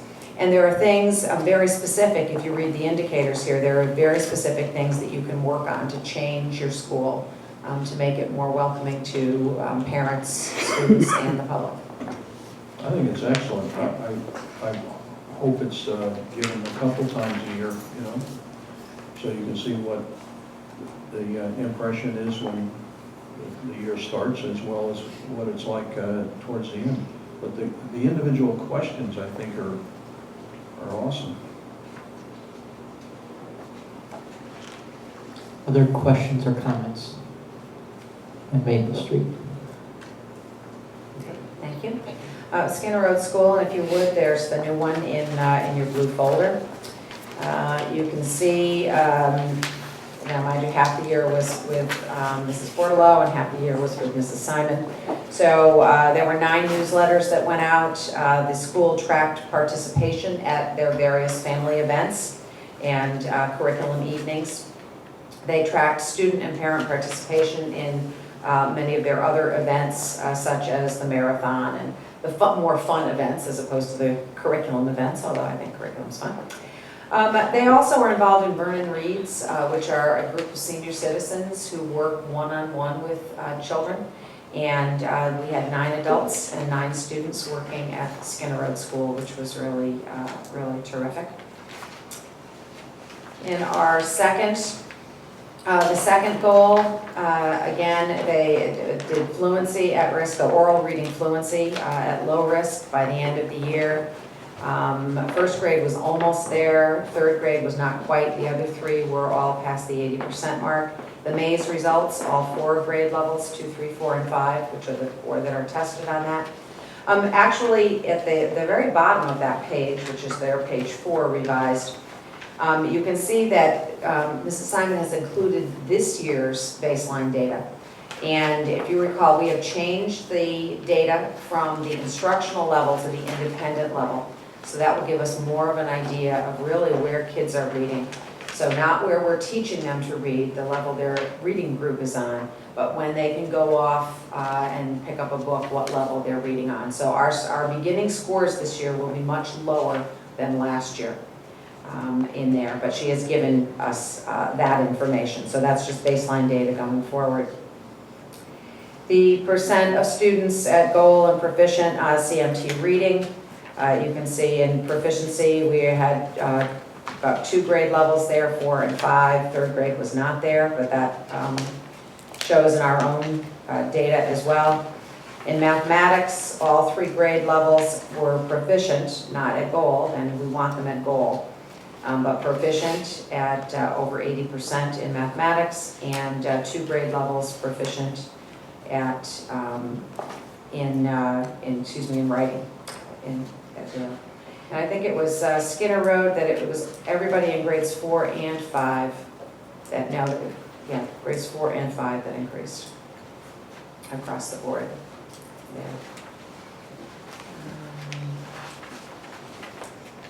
Mrs. Simon has included some of that school climate data, which you see as well. She also included, there were 4 acts, I think that was acts of bullying. She has 4 major accidents. I think we had a couple of broken arms last year on the playground. That was what that was.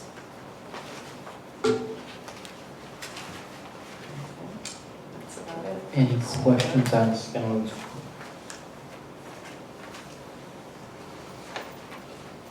Open for Mr. Kemp.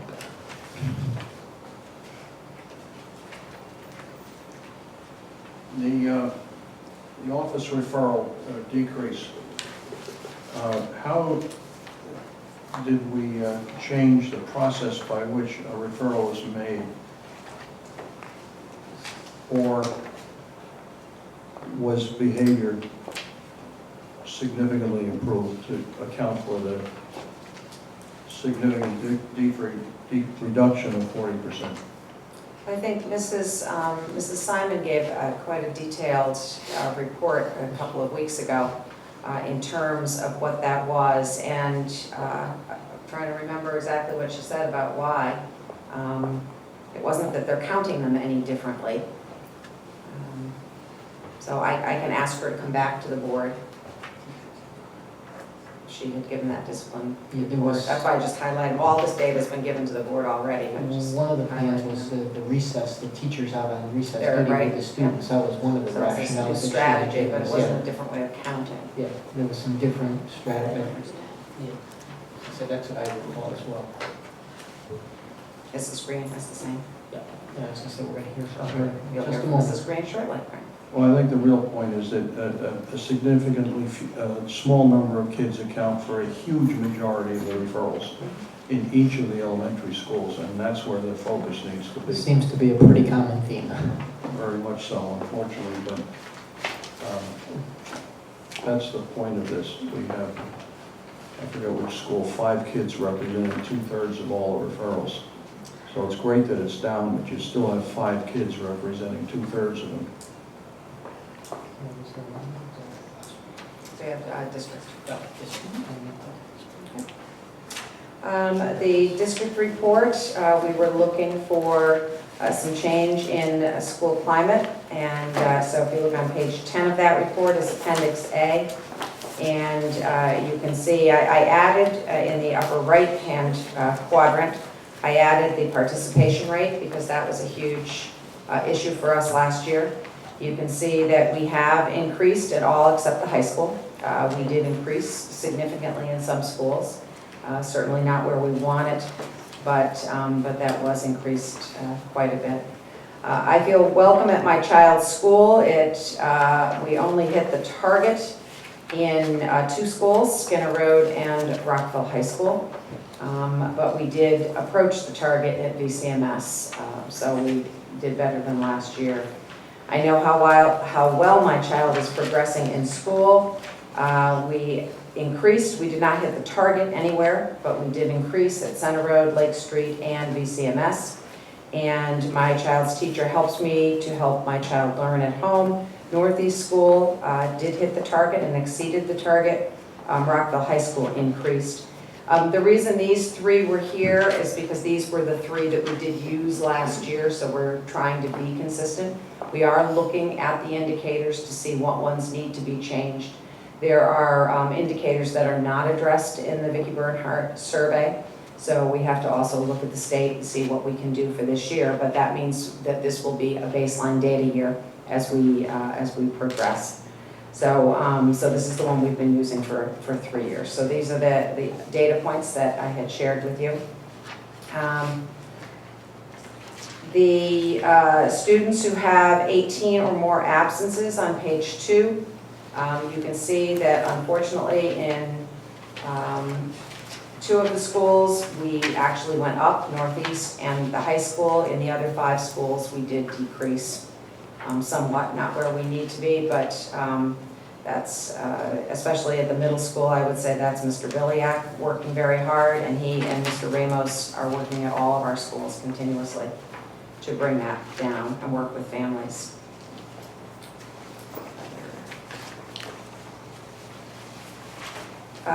On page 3, we talked about using the classroom walkthrough protocol to set the baseline for the effective use of strategies. We did a lot of research last year, worked very hard to see what are those strategies that have a higher effect size than other strategies. So what makes a difference about what you do in a classroom as a teacher? And we wanted to identify those. Teachers say, you've just given me one more thing to do, and we want to minimize those. And so we did that, we rolled it out in February. There are 10 different strategies that we're asking, 3 for teachers, 2 for students to employ, 3 about how we create learning tasks, and 2 about our curriculum. So they're not all 10 things the teacher has to do. We have to manage them all, however. And so in Appendix V, you have the baseline data. We conducted, I can't even remember how many walkthroughs. There were quite a few. We all had to do 20 or 25, so every teacher was supposed to have been seen twice across the district. And so you can see the student was setting personalized learning goals, and that's very tough. Our students don't know how to do that, and our teachers don't know how to teach them that, so that's something we have to learn about. Utilizing the power of peers, 2 brains are better than 1. And so having students use each other to learn and to construct knowledge. The teacher has 3 on the next page of Appendix B.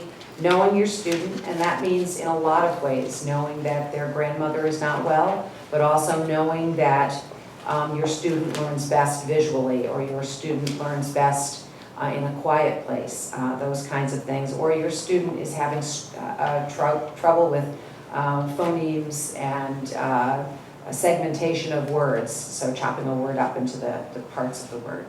So really knowing your student is huge. Articulating the learning targets. We're telling teachers all the time that doesn't mean that today we're going to match words and their meanings. It means that today we're really going to learn about words that have to do with the solar system and learn to be scientists. So they're going to learn, it's more about what they're going to know and be able to do than about what they are doing to get there. Providing feedback and continuous opportunities to learn. This is one I've spoken to you about before. This is one of my favorite ones. Feedback is one of the 2 highest of all of these strategies. The other is for students to set their personalized learning goals. Those are the 2 highest of all of these strategies. Excuse me. And so feedback and continuous opportunities to learn. So it doesn't just mean, nice job, Mary. It means that was nice because of this, and you can improve in this way. So it's very specific, timely, corrective feedback. So people who are doing well can do even better. People who need improvement can do well in the end.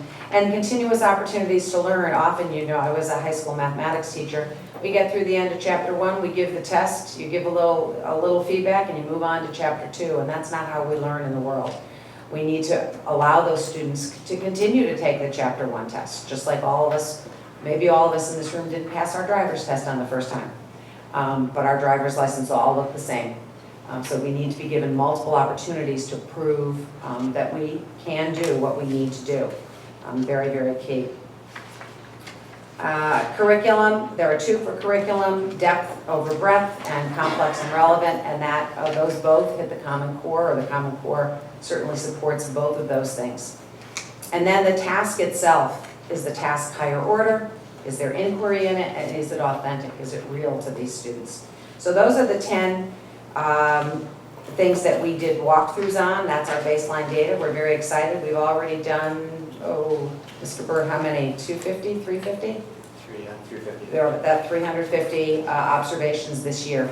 We're pulling that together. We've already reviewed it and made a few tweaks as to how we look at the data, and we're going to be doing that. We have a goal to finish, 1,000, I think, by the end of December, so that we have more feedback. We can disaggregate that by school, so the schools will have feedback as to which strategies they're employing, and even by grade level, which strategies they're employing more often than others. The common benchmark assessments, reading, as I said, I think it was Mrs. Simon who gave two grades. We're still creating those benchmark assessments, but you can see Appendix C is our writing assessments, and those are created for all grade levels. And the thing that you want to see in all of these grades is the blue and the red get smaller, and the green and the purple get larger across the year. And so even though many grades are not quite where we want them, that's exactly what you do see. I think there was one class that I did not see that in. But in most all of them, all the grades up through 8, you can see exactly that happening.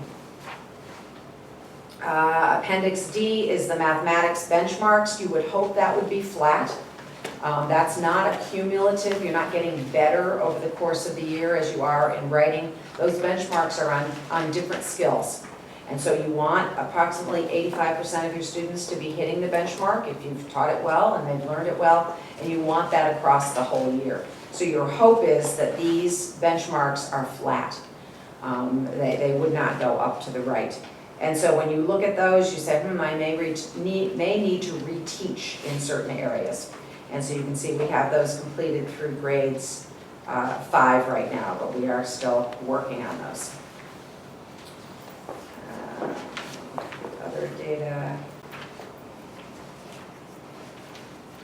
Let's see, the Fountas and Pinnell, you've seen that. You see the aggregate on page 5. You've seen it. You saw that in June as well, the last meeting in June.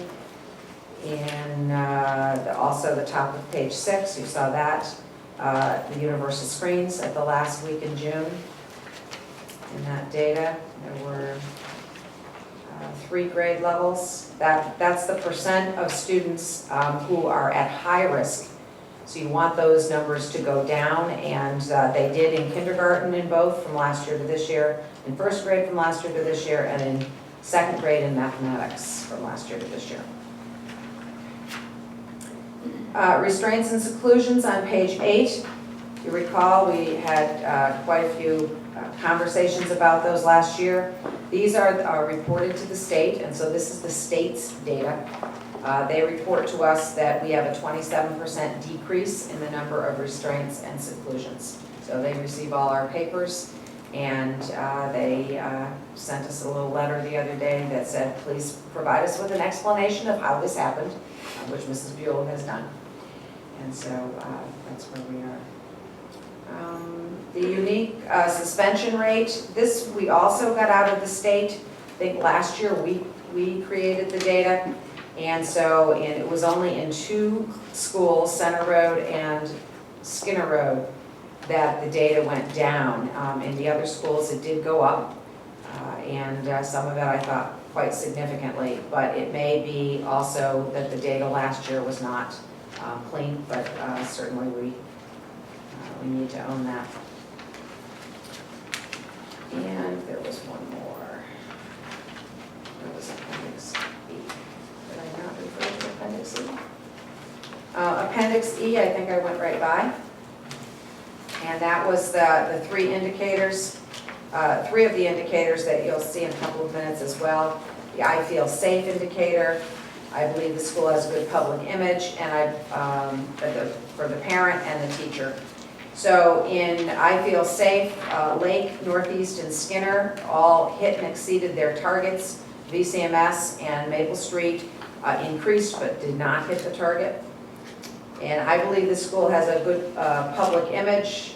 Center Road, Maple, Northeast, Skinner, and VCMS all met or exceeded their target. And the teacher for, I believe the school has a public image. Lake, Maple, Northeast, and Skinner all met or exceeded their target as well. So those were most of that data you've seen. Any questions regarding the district information?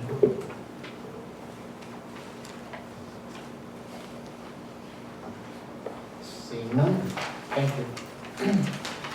Move on to next item.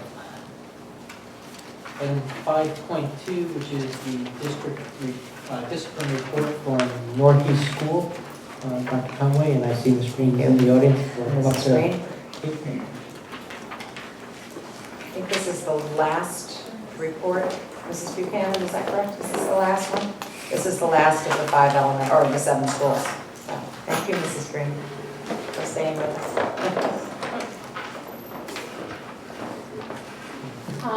Okay, in front of you, hi everyone. In front of you have our discipline report for last year. I started with a comparison of 2011, 2012 till last year, so you can see the referral count by month. The referral count did go down significantly. The second part is actually what type of behaviors we experienced at the school. It's pretty self-explanatory. The referrals by location, I also added referrals by grade level on the second page. On the third page, I have referrals by student, and then the last part is the school suspension numbers. And it's just, do you have any questions about the data? I don't know what you're really interested in talking about. I'd be happy to expand on anything. Questions regarding the data provided? I think it's pretty much in line with what we've been seeing across all the elementary schools. It doesn't look like we have any detailed questions. I would say thank you for providing the data, and Thank you. good night. Thank you, Mrs. Green.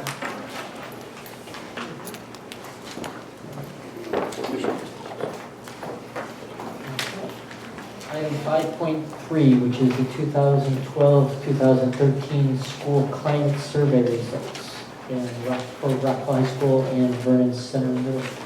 Thank you. You also have 2 pages that have the certified staff data. It would say number 8 at the top of it.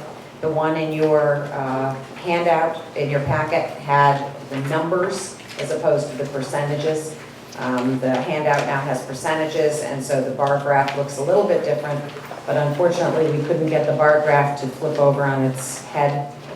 So the strongly disagrees are at the top, and the strongly agrees are at the bottom. So we'll get to those 2 particular pages in a moment.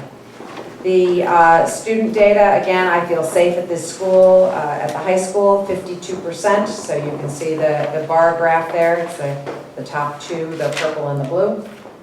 I feel challenged at this school, number 3. That's always my favorite. Only 41% of the students at the high school feel challenged. In other words, they can do much more than we're asking them to do.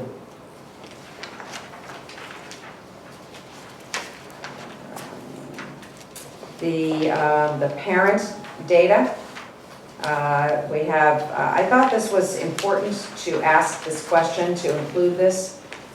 The school provides adequate information to students about attending college after graduation.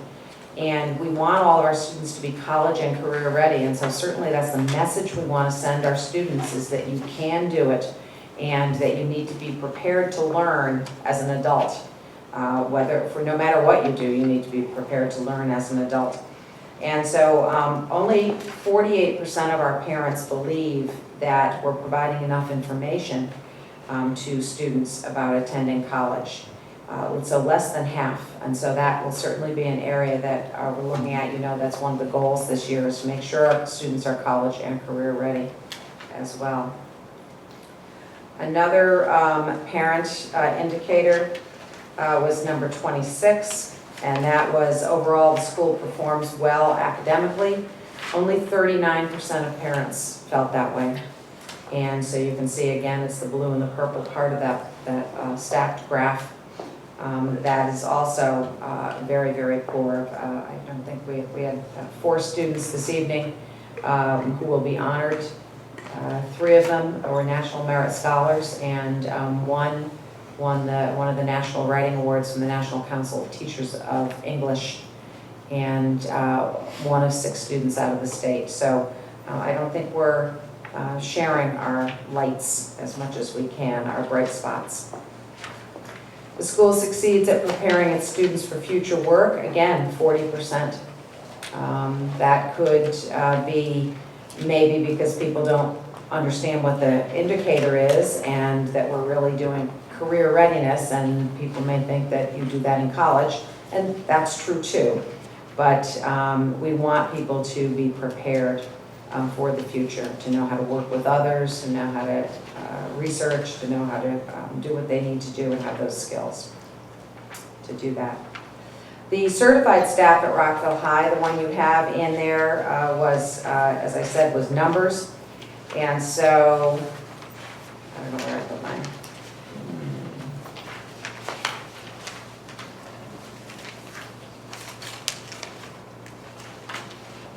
There it is, sorry. You can see the percents. Unfortunately, it is upside down.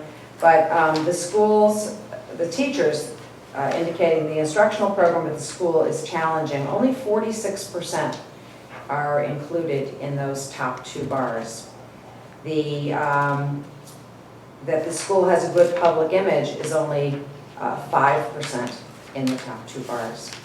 And so we're very concerned with that.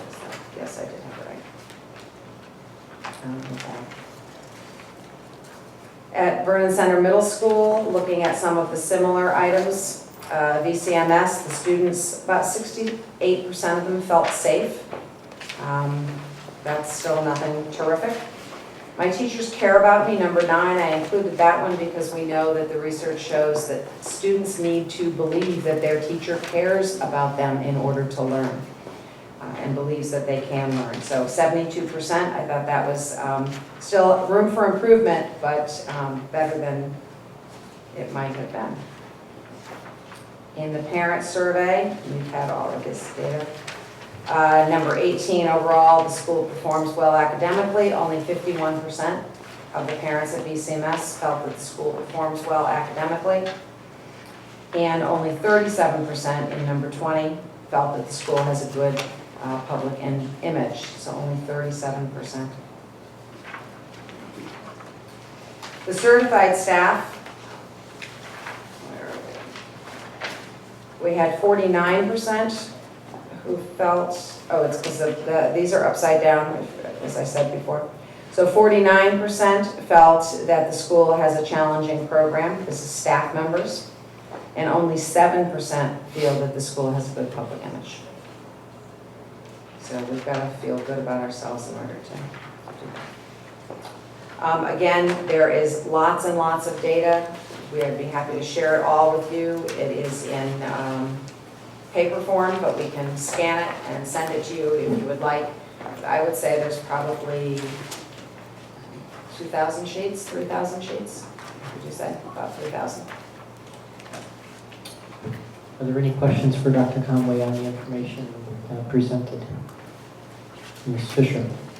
I don't have a question, I just have a comment that I noticed on the certified staff for both the middle school and the high school.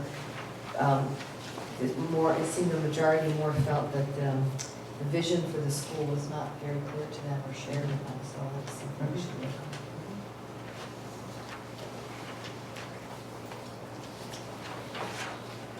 on. Other questions or comments? Seeing none, we'll move on.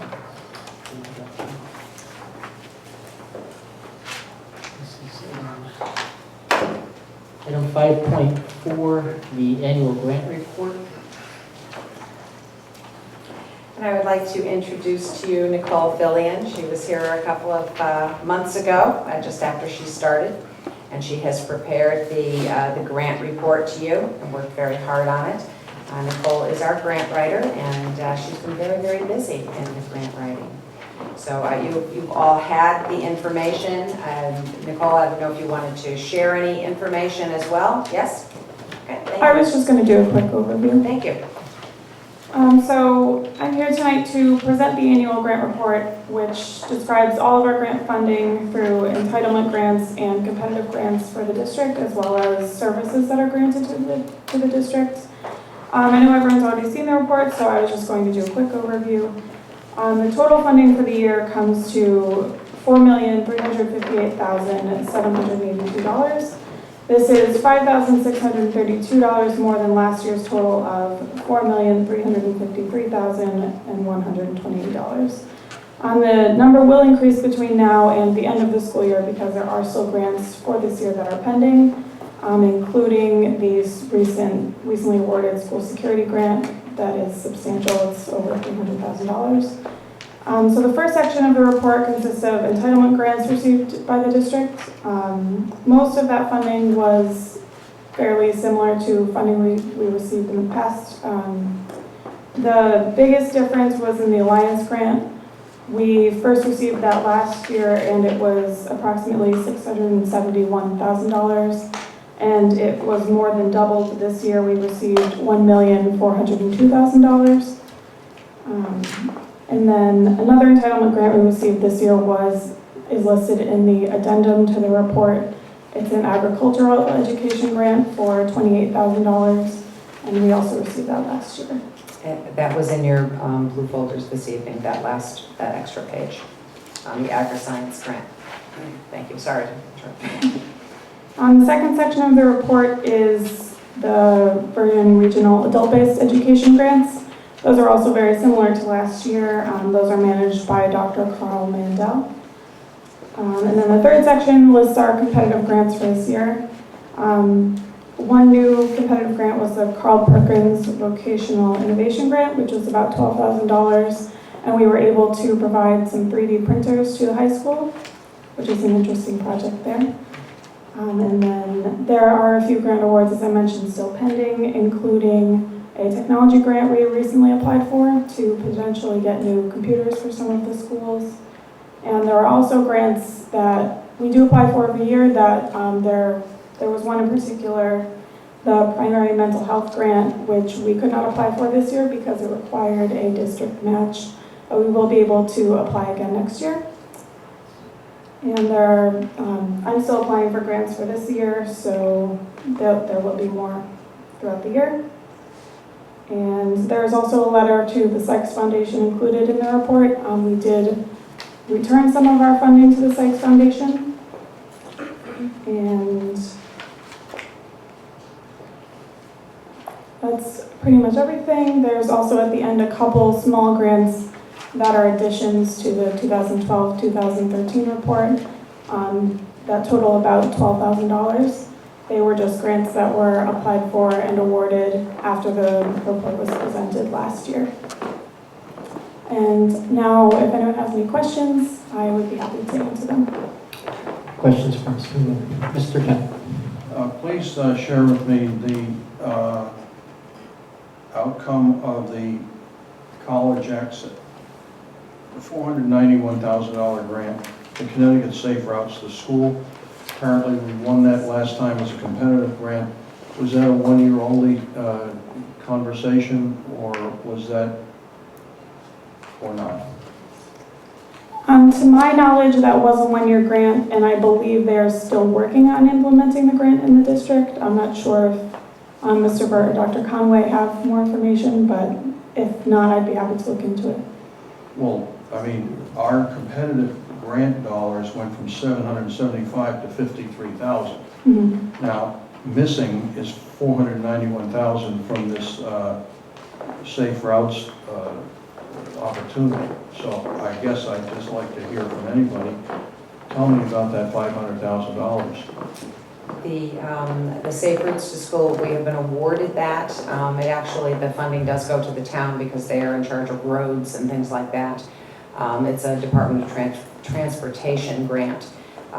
We have to spend it. I think we have 2 years to spend it after the awarding, and so it was awarded during the beginning of last year, so another year. And the other piece of it is the engineering fees are not included, and so the board and the town would have to or the town, or one or the other, or both, would have to come up with the engineering fees that we're estimating to be approximately $88,000. Mr. McCarthy, our town engineer, is working on this with the Department of Transportation. I have not heard of any meetings recently, however, with them. Mr. Picaro is shaking his head, and so is Mr. Burt. So we have not had any updates from Mr. McCarthy yet. So it's a 2-year grant, and we're in year 2 of the $491,000. We haven't spent all of it yet? Haven't spent any of it yet, sir. Any of it yet? Oh, okay.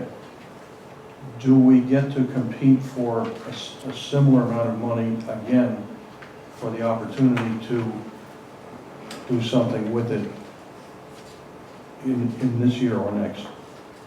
For a Safe Routes to School grant? Yeah. Not to my knowledge. They're few and far between that you can apply. So we've received one. Okay.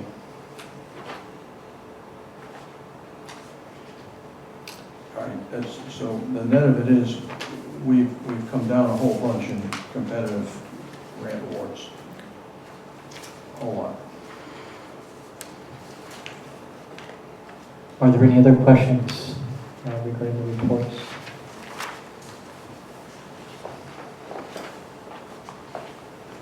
Seeing none, I'm going to say thank you very much for presenting the data and your explanations.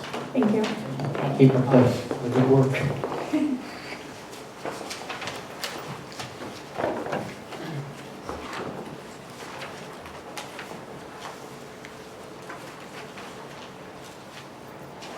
Okay, item 5.5, which is report from Vernon Elementary School. Dr. Conway, and I see Ms. Buell and Ms. Sherman are in the audience. Thank you. And I think Mrs. Sherman had given you a PowerPoint in your packet to explain. We've only been open for 2 months at this point. I think we've come a long way in 2 months. It hasn't been a smooth road, but I think we've made a lot of movement. So I'm delighted to turn this over, if I may, to Mrs. Sherman and Mrs. Buell. Thank you. Well, thank you everyone for inviting me tonight to give you an update on our opening. As you know, the Vernon Elementary School opened this school year, and I have a brief PowerPoint that I can kind of give you an overview, and then certainly answer any questions you folks might have. I'm thrilled to be here to talk about it. Wait a minute. I think I have to restart. Okay. As you know, we're serving children in this program through kindergarten through 6th grade. And we looked at children who really who would benefit from alternative type programs. So an alternative elementary school, serving kindergarten through 6th grade. And I think some of the key components that we can offer children in this program is a smaller class size, certainly a smaller staff to student ratio, and really a focus on the social, emotional, behavioral component of the curriculum. Not to say that we're not working on the academics, but these are children who really need to have focused attention on that is really their area of need. And all of the children who are currently in our program have been identified through the PPT process as having children with disabilities. And their primary educational diagnosis is emotional disturbance, with some children with a diagnosis of other health impaired, children who may have severe attention deficit disorder that impacts their behavior. So everyone in our program does have an individualized educational plan, which sort of speaks to whenever I'm talking publicly about the program, it is a small number of children, and I have been very careful about protecting confidentiality of them and their families. So when folks ask me, why do children need a program like this? What types of children come to a program like this? I just have learned to speak more in generalities so that I can respect the confidentiality of children and their families. So there was a recent Journal Inquirer article that highlighted the program, which I was thrilled to be a part of, and I just kind of approached it from that point of view, since the number of children we currently have, and I can kind of move on to enrollment. When we started the program, we were anticipating 6 children returning from out-of-district placements, 2 of whom had moved, so we returned 4 children from out-of-district placements, and actually 3 additional children who would have been recommended for an outside placement. The Vernon Elementary School was the recommendation of the PPT last spring. So when we opened our doors on August 28th, we welcomed 7 children to the program. At the current time, we will be up to 10 on Wednesday. So we've added 3 more children since we opened our doors. And the way children arrive, and there's our sort of our sign, yeah, our introduction. And this is our early elementary classroom. And I kind of covered all of this already, I believe. And sort of looking at, we anticipate our total enrollment this year to be anywhere between 10 to 15 children. It's important to note that enrollment is fluid. So we started with 7, on Wednesday we'll have 10. But we're also looking at, is this the right program for all of our kids? Are there children who we can talk about transitioning back to other schools? And that's one of our celebrations, but we certainly have started that with 1 student already. And so for the children in the program who say to me, so will I be here forever? And when will I go back? Or can I stay? Or who's coming? You know, when a new child arrives, it's a huge deal since we are a small school. And so I say to them, some children come, some children stay, and some children go. It all depends on what you need. That's what we'll do. So it is very fluid, the enrollment. How are the children's needs met? When we planned out this program, we had anticipated 2 classrooms with younger children and older children, and it became pretty clear when we opened within the first couple of weeks that we had a classroom designated kindergarten through grade 5, which was too wide a span. There were 4 children in that classroom, and developmentally, socially, academically, the discrepancy was huge. And so we have asked that we move to 3 classrooms. And that's really the ideal for us, so that we can offer an elementary, an upper elementary, and then a middle school age group. So we're looking at kindergarten through grade 3 children together, children grades 3 through 5 together, and then we have 4 sixth graders currently with us. And I put a question mark there because our original plan was for a K to 6, but it might be that the board might want to consider having children have the option to stay through grade 8 if that's appropriate. So that's something that I hadn't anticipated thinking about, but we're already beginning to think that way. As you know, physical education, music, and art come to us from the elementary schools, and so that's offered weekly to all the children there. And we also have related services coming to us as needed. We have both an occupational and a speech-language therapist that serves children who have those services in their individual educational plans. The curriculum, we stress that we are working on the same Common Core state standards as the rest of the district. When our children are ready to return to one of the other schools, we want them to be on pace with the other children. So that is our focus. We may have to approach it in a different way, but we are working on all of the same Common Core. We are giving all of the same assessments. So the district-wide assessments that Dr. Conway referred to earlier are being administered to our students as well. Certainly, as I mentioned earlier, we have to have an increased focus on that social, emotional, behavioral part of the curriculum. And so we have a clear plan about how we're going to address that. So certainly there's a school-wide and classroom-wide management systems. And all of the children there either have or being developed an individual behavioral intervention plan that meets their specific needs. With a clinician there full-time, they certainly have access to group and individual counseling. And she also works within the classrooms as well, working on social skills with the team. I think we're really proud of being able to offer services like home visiting. And I believe 3 families have already benefited from that. And that's key to be able to work in partnership with families. So having a clinician go out, having a teacher go out, and I actually went out on a home visit as well to connect with families who may not be able to get into the school, or just meeting them on their turf, so to speak, sends a message that we are partners with you and want what's right for your child. And then we will also be offering parent informational groups, and our first one will be coming up November 6th. The clinician is offering that to all of our families to talk about just having a broad array of strategies on working with children and raising children who have challenging behavior, and then bringing those parents together, they can be a support for each other.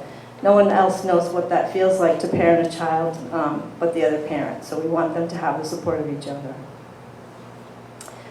And so this is just an example of, this is one class where we got real specific about what does it mean to use respectful language, how do we speak with respect. And this is what these children had come up with. And so that's part of those classroom expectations and the children having ownership of it. And just to give you an idea of what a student schedule there might look like, it looks like a daily classroom schedule that you'd see in any elementary or middle school. But what we recognize is the children in our program really need some of these additional supports. So there are children who start every day with a movement activity, and every morning before they can have their morning meeting and come together as a group, there's hula hoops out, and they're working out. We use Second Step, which is something that the district uses preschool through grade 5, which is a social curriculum. We have that in our program as well. We do it every day, whereas another school might do one lesson per week. We are doing this daily. And then we also have children who benefit a great deal from a work break schedule. And as you can see in the next bullet, there are certain time frames, 10 to 15 minutes of direct instruction, teacher might use stations, and then it's a break time. And our goal is to increase that work time and have breaks be less. But certainly these are children who benefit from having an incentive program. And the longer instructional time, certainly as children get older, our middle school students can go much longer and then take a break. And the earned incentives is key to our program as well. You finish your work and then you might have time on the computer. You finish your work, you may be able to go for a walk. So that has to be built in for our children to build success and build that momentum of success.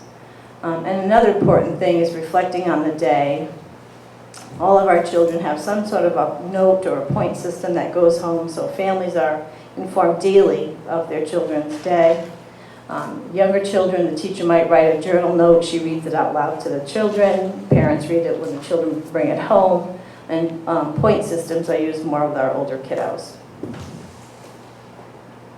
And here's just an example. Yes, you can read a book. Okay, you earned an incentive, you can read it in the tent. So. And I think we, as Dr. Conway said, we're only 2 months old. Certainly there were challenges when we opened up the school. We find that Mondays and Fridays are challenging days for our children because they're transition days. And when I reflect on, we transitioned 7 children who did not know each other, did not know us, into a building they did not know. It was a huge transition for them. So getting to know them, getting to build trust with us, was key. So the beginning of the year, when I reflect back already, is, yep, that was a tough transition, and we got through it, and we are building more and more success. So that's what we're celebrating, that we've established some school rules and expectations. We've developed relationships with children. They trust us. We're building a sense of community.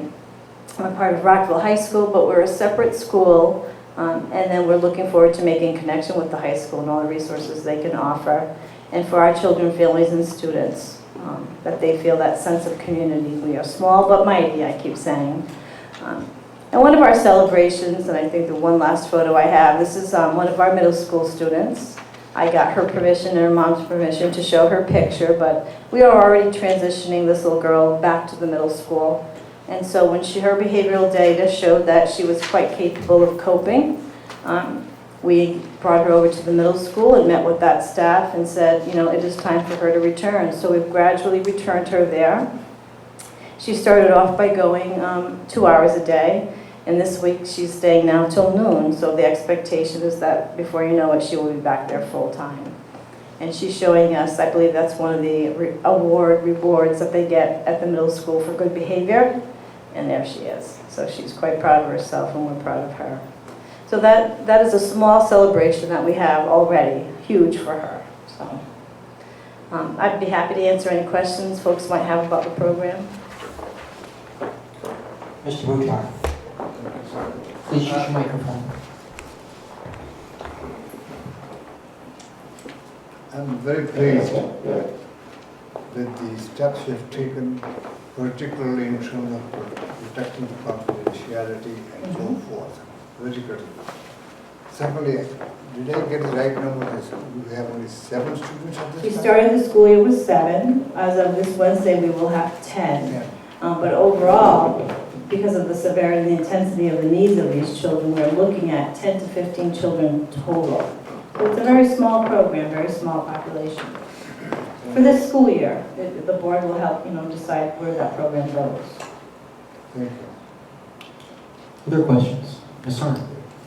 Sally, I haven't been able to visit your program. I understand your confidentiality issue. The photo on the first page, are those students in your school too? They are. As well? Yes. They all had given permission to use their photos. Because I haven't visited, Sally, I don't have any firsthand experience, but I will tell you that there are comments from the school community that are not very positive about the program. And the one that I have heard frequently is that your students are disruptive to the education of students in that area. Can you speak to that? I can certainly have had conversations with Mr. Rocket, the principal there, about our program. And the folks that are closest to us in the high school, they made comments that, boy, there's noises over there we hadn't expected. These are elementary age children, and wow, we're hearing some behaviors over there. And my understanding too is they've said, okay, it's getting much better. We don't hear, So that's been my experience. I have not had direct, conversations with the teachers who share that hallway with us, but I can understand their concern and the noise. It's a whole new program that's there, children with challenging behavior. But our understanding too is that it is getting better, so I'll certainly keep my eyes and ears open to that kind of comment. Mr. Kent? I have a question about the 3 students who have come since the initial 7. Were they from within Vernon, or were they returns from outside where we were paying tuitions? Those are children that were from within the district.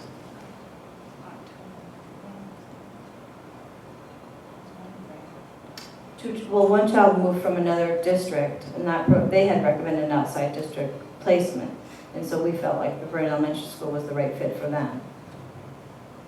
But they had all moved into the Vernon Public Schools. So these are kids that we would have had to place out if we didn't have this program. Correct. That hadn't been placed out. Right. Yet. And I think when we talk about how do we determine, which children come into our program, is it the right fit for who? I think that has to be a guiding question of a team. Would we be considering an out-of-district placement for this child? And if so, then I think we need to look at the Vernon Elementary School as a first option. I understand that. Okay. I just want to reflect back, one of the motivations of doing this was to try to also save some money because of the huge amount of tuitions we were paying outside the district. So as much as I understand what we might have to pay from an identification, we were also hoping to stem the financial drain from those tuitions that were leaving us.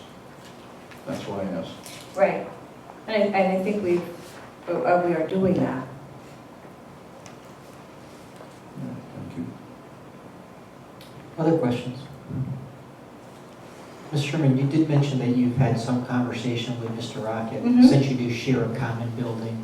How does that happen frequently, or is that, have you checked in with him periodically, or he checked with you periodically? Oh, absolutely. I want to be informed of fire drills and lockdown procedures, because we're part of that building for all of those things. But yes, we definitely chat. We share some staff, the security staff we share. Absolutely. I had invited myself to one of the high school faculty meetings so I could introduce myself.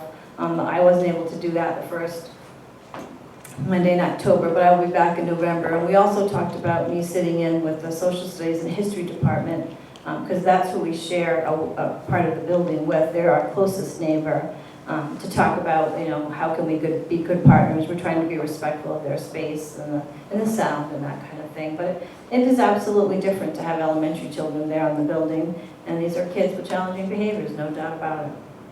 It's very good to hear, though, that there's a collaborative nature Oh, going on. absolutely, and he's very supportive of our program. And the high school has reached out to us, how can we mentor, what can we do together? We're ready, when we're ready for that, I want to be able to put those things in place. So I just wanted us to establish our own sense of community, have the kids feel comfortable in their own wing, and then we're going to begin to look outside for mentorship abilities, taking a tour of the culinary wing. The kids are excited to see the locker rooms and the gym and that kind of thing, the VOAG program. So I want to be respectful of our new neighbors. Thank you. If there are no other questions, I thank you very much for your report this evening. Oh, you're welcome.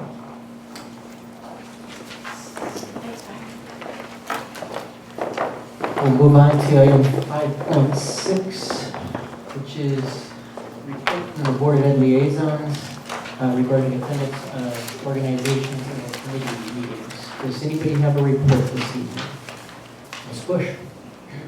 Yes, I attended the Rockville Regional Agricultural Education Center Consulting Committee meeting back on October 24th. And they have some very exciting things happening there.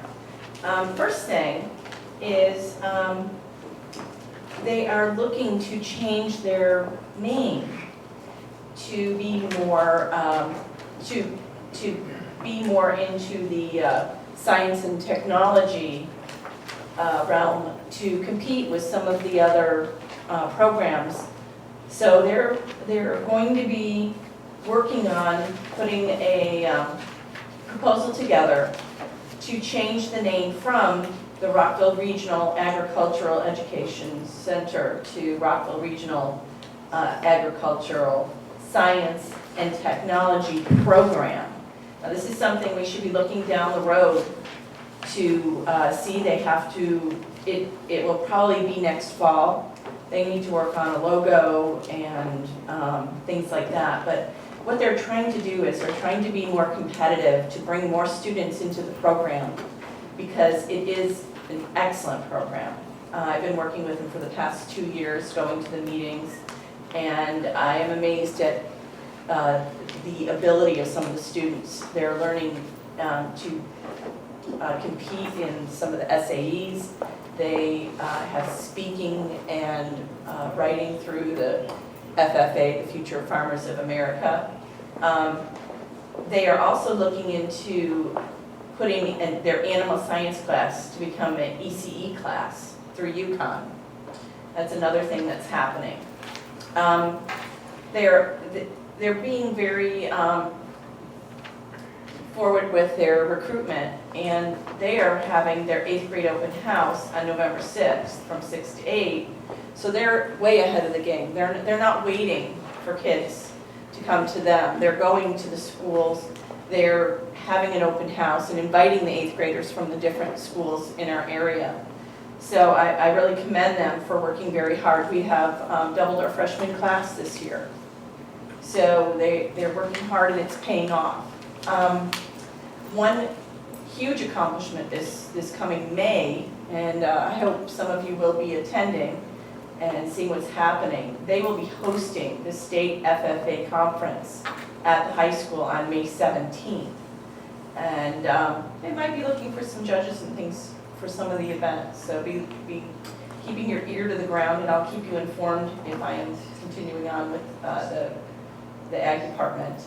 So that's what's been happening. It was a really great meeting, and there's a lot of exciting things happening in that program, including this year starting the new curriculum where they are not doing little units. They're actually doing semester classes, and it's working out great.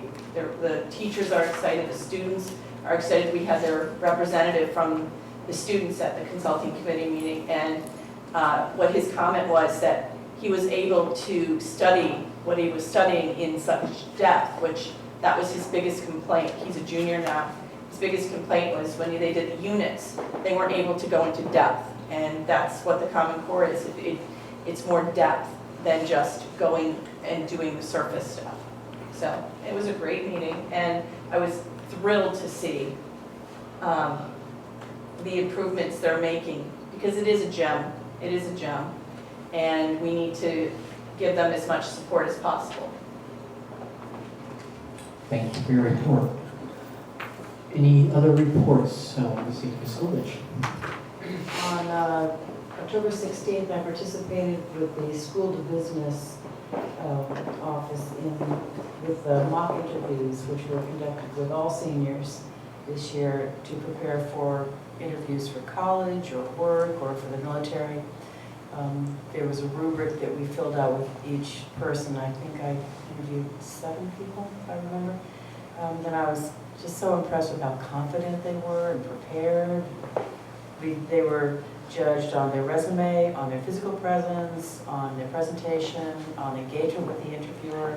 It was just a very interesting exercise for all of us. So I was glad to participate in that. Thank you. Thank you for your report. Ms. Fisher? The School Wellness Council has not had an opportunity to meet yet this year. Sue Andrews is the new chair, and she's been busy with volleyball, but their first meeting will be this Wednesday. And then Center Road, they had a successful walk to school day, and the Hartford Marathon, they had 29 students and 4 adults participate in that. And the only other thing they had a question about is the custodians at Center Road School had requested that the PTO buy them some 6 to 8 foot tables, because they said they used to have tables that were thrown out and never replaced. So I didn't know if Mr. Picaro could research something. We actually bought a set of district tables so that we could send them around to all the schools. And that's what people said, aren't they sent around to the yeah. schools? We just So I don't bought know where the each- custodians are coming from, but just thought I'd check. Thank you, Ms. Fisher. Are there any, Mr. Kipp? I attended the PTO president's meeting. The subject, there were other things, but one of them, importance was the discussion of the school governance councils. Some of the schools have moved along aggressively with that implementation, and others are trying to take their lead. And so there was discussion as to how to go about it and what the bylaws might consist of, and or whether to have them, or whether or not they have them, and that they should, and so on. Mary, were there other areas you wanted to talk about? Okay. Thank you, Mr. Kemp, for your report. Any final reports? Seeing none, we'll move on. Item 5.7, and this is the superintendent evaluation and contract discussions. I anticipate we're going to go into executive session and we'll entertain a motion to do so. And when we come out, I do expect that we will take some further action. So, I think Ms. Sarno. I have a motion to move into executive session, and I have a second from Mr. Kemp. And I'm going to call that motion to a vote. All in favor? That's unanimous, and I'll note that Mr. Gutar is not in the room. And we'll declare us in executive session. We'll be back shortly.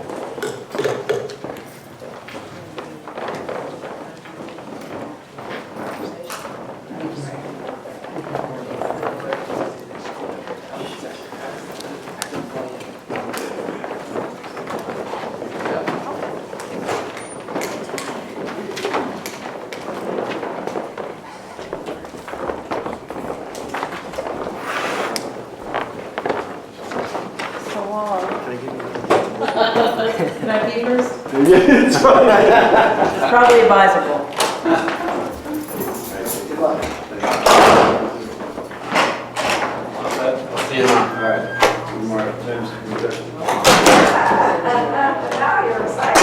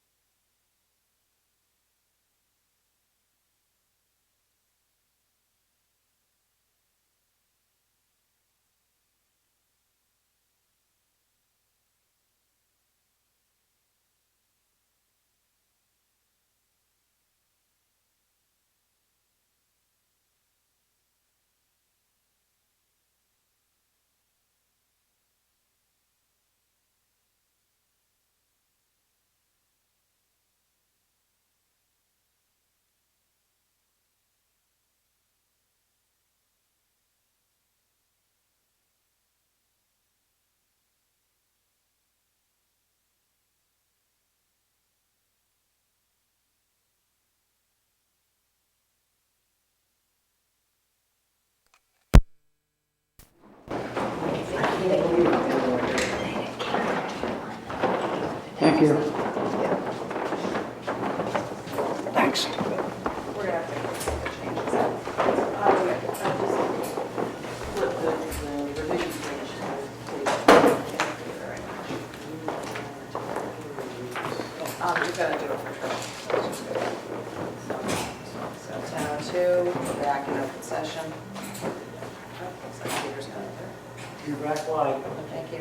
First off, motion to extend until business is complete. Mrs. Motion Bush, to extend? Mr. Kemp, second. Any discussion? All in favor? That's unanimous. And I would entertain a motion on the evaluation. Mrs. Fisher. I move that the Vernon Board of Education approve the superintendent's evaluation as presented and the contract as discussed. The extension of the contract is discussed. All right, Mr. Nicholson. Second. I have a motion and a second. Is there any discussion on the motions? Seeing none, I'm going to call the motion to a vote by a show of hands. All in favor? Aye. And that's unanimous. Okay, review and update the Board of Ed calendar, item 6.0. Any updates to the calendar? Seeing none, we'll move on. Opportunities, question from the press. There is no press. So we'll move on, and I think I'll turn this over to Mr. Nicholson. Motion to adjourn. And I'll second that. Mrs. Gold is just going to second that motion. I have a motion in a second. It's a non-debatable motion. Kind of works great. Non-debatable motion. All in favor? Aye. We are adjourned. Thank you, Ms. Golden.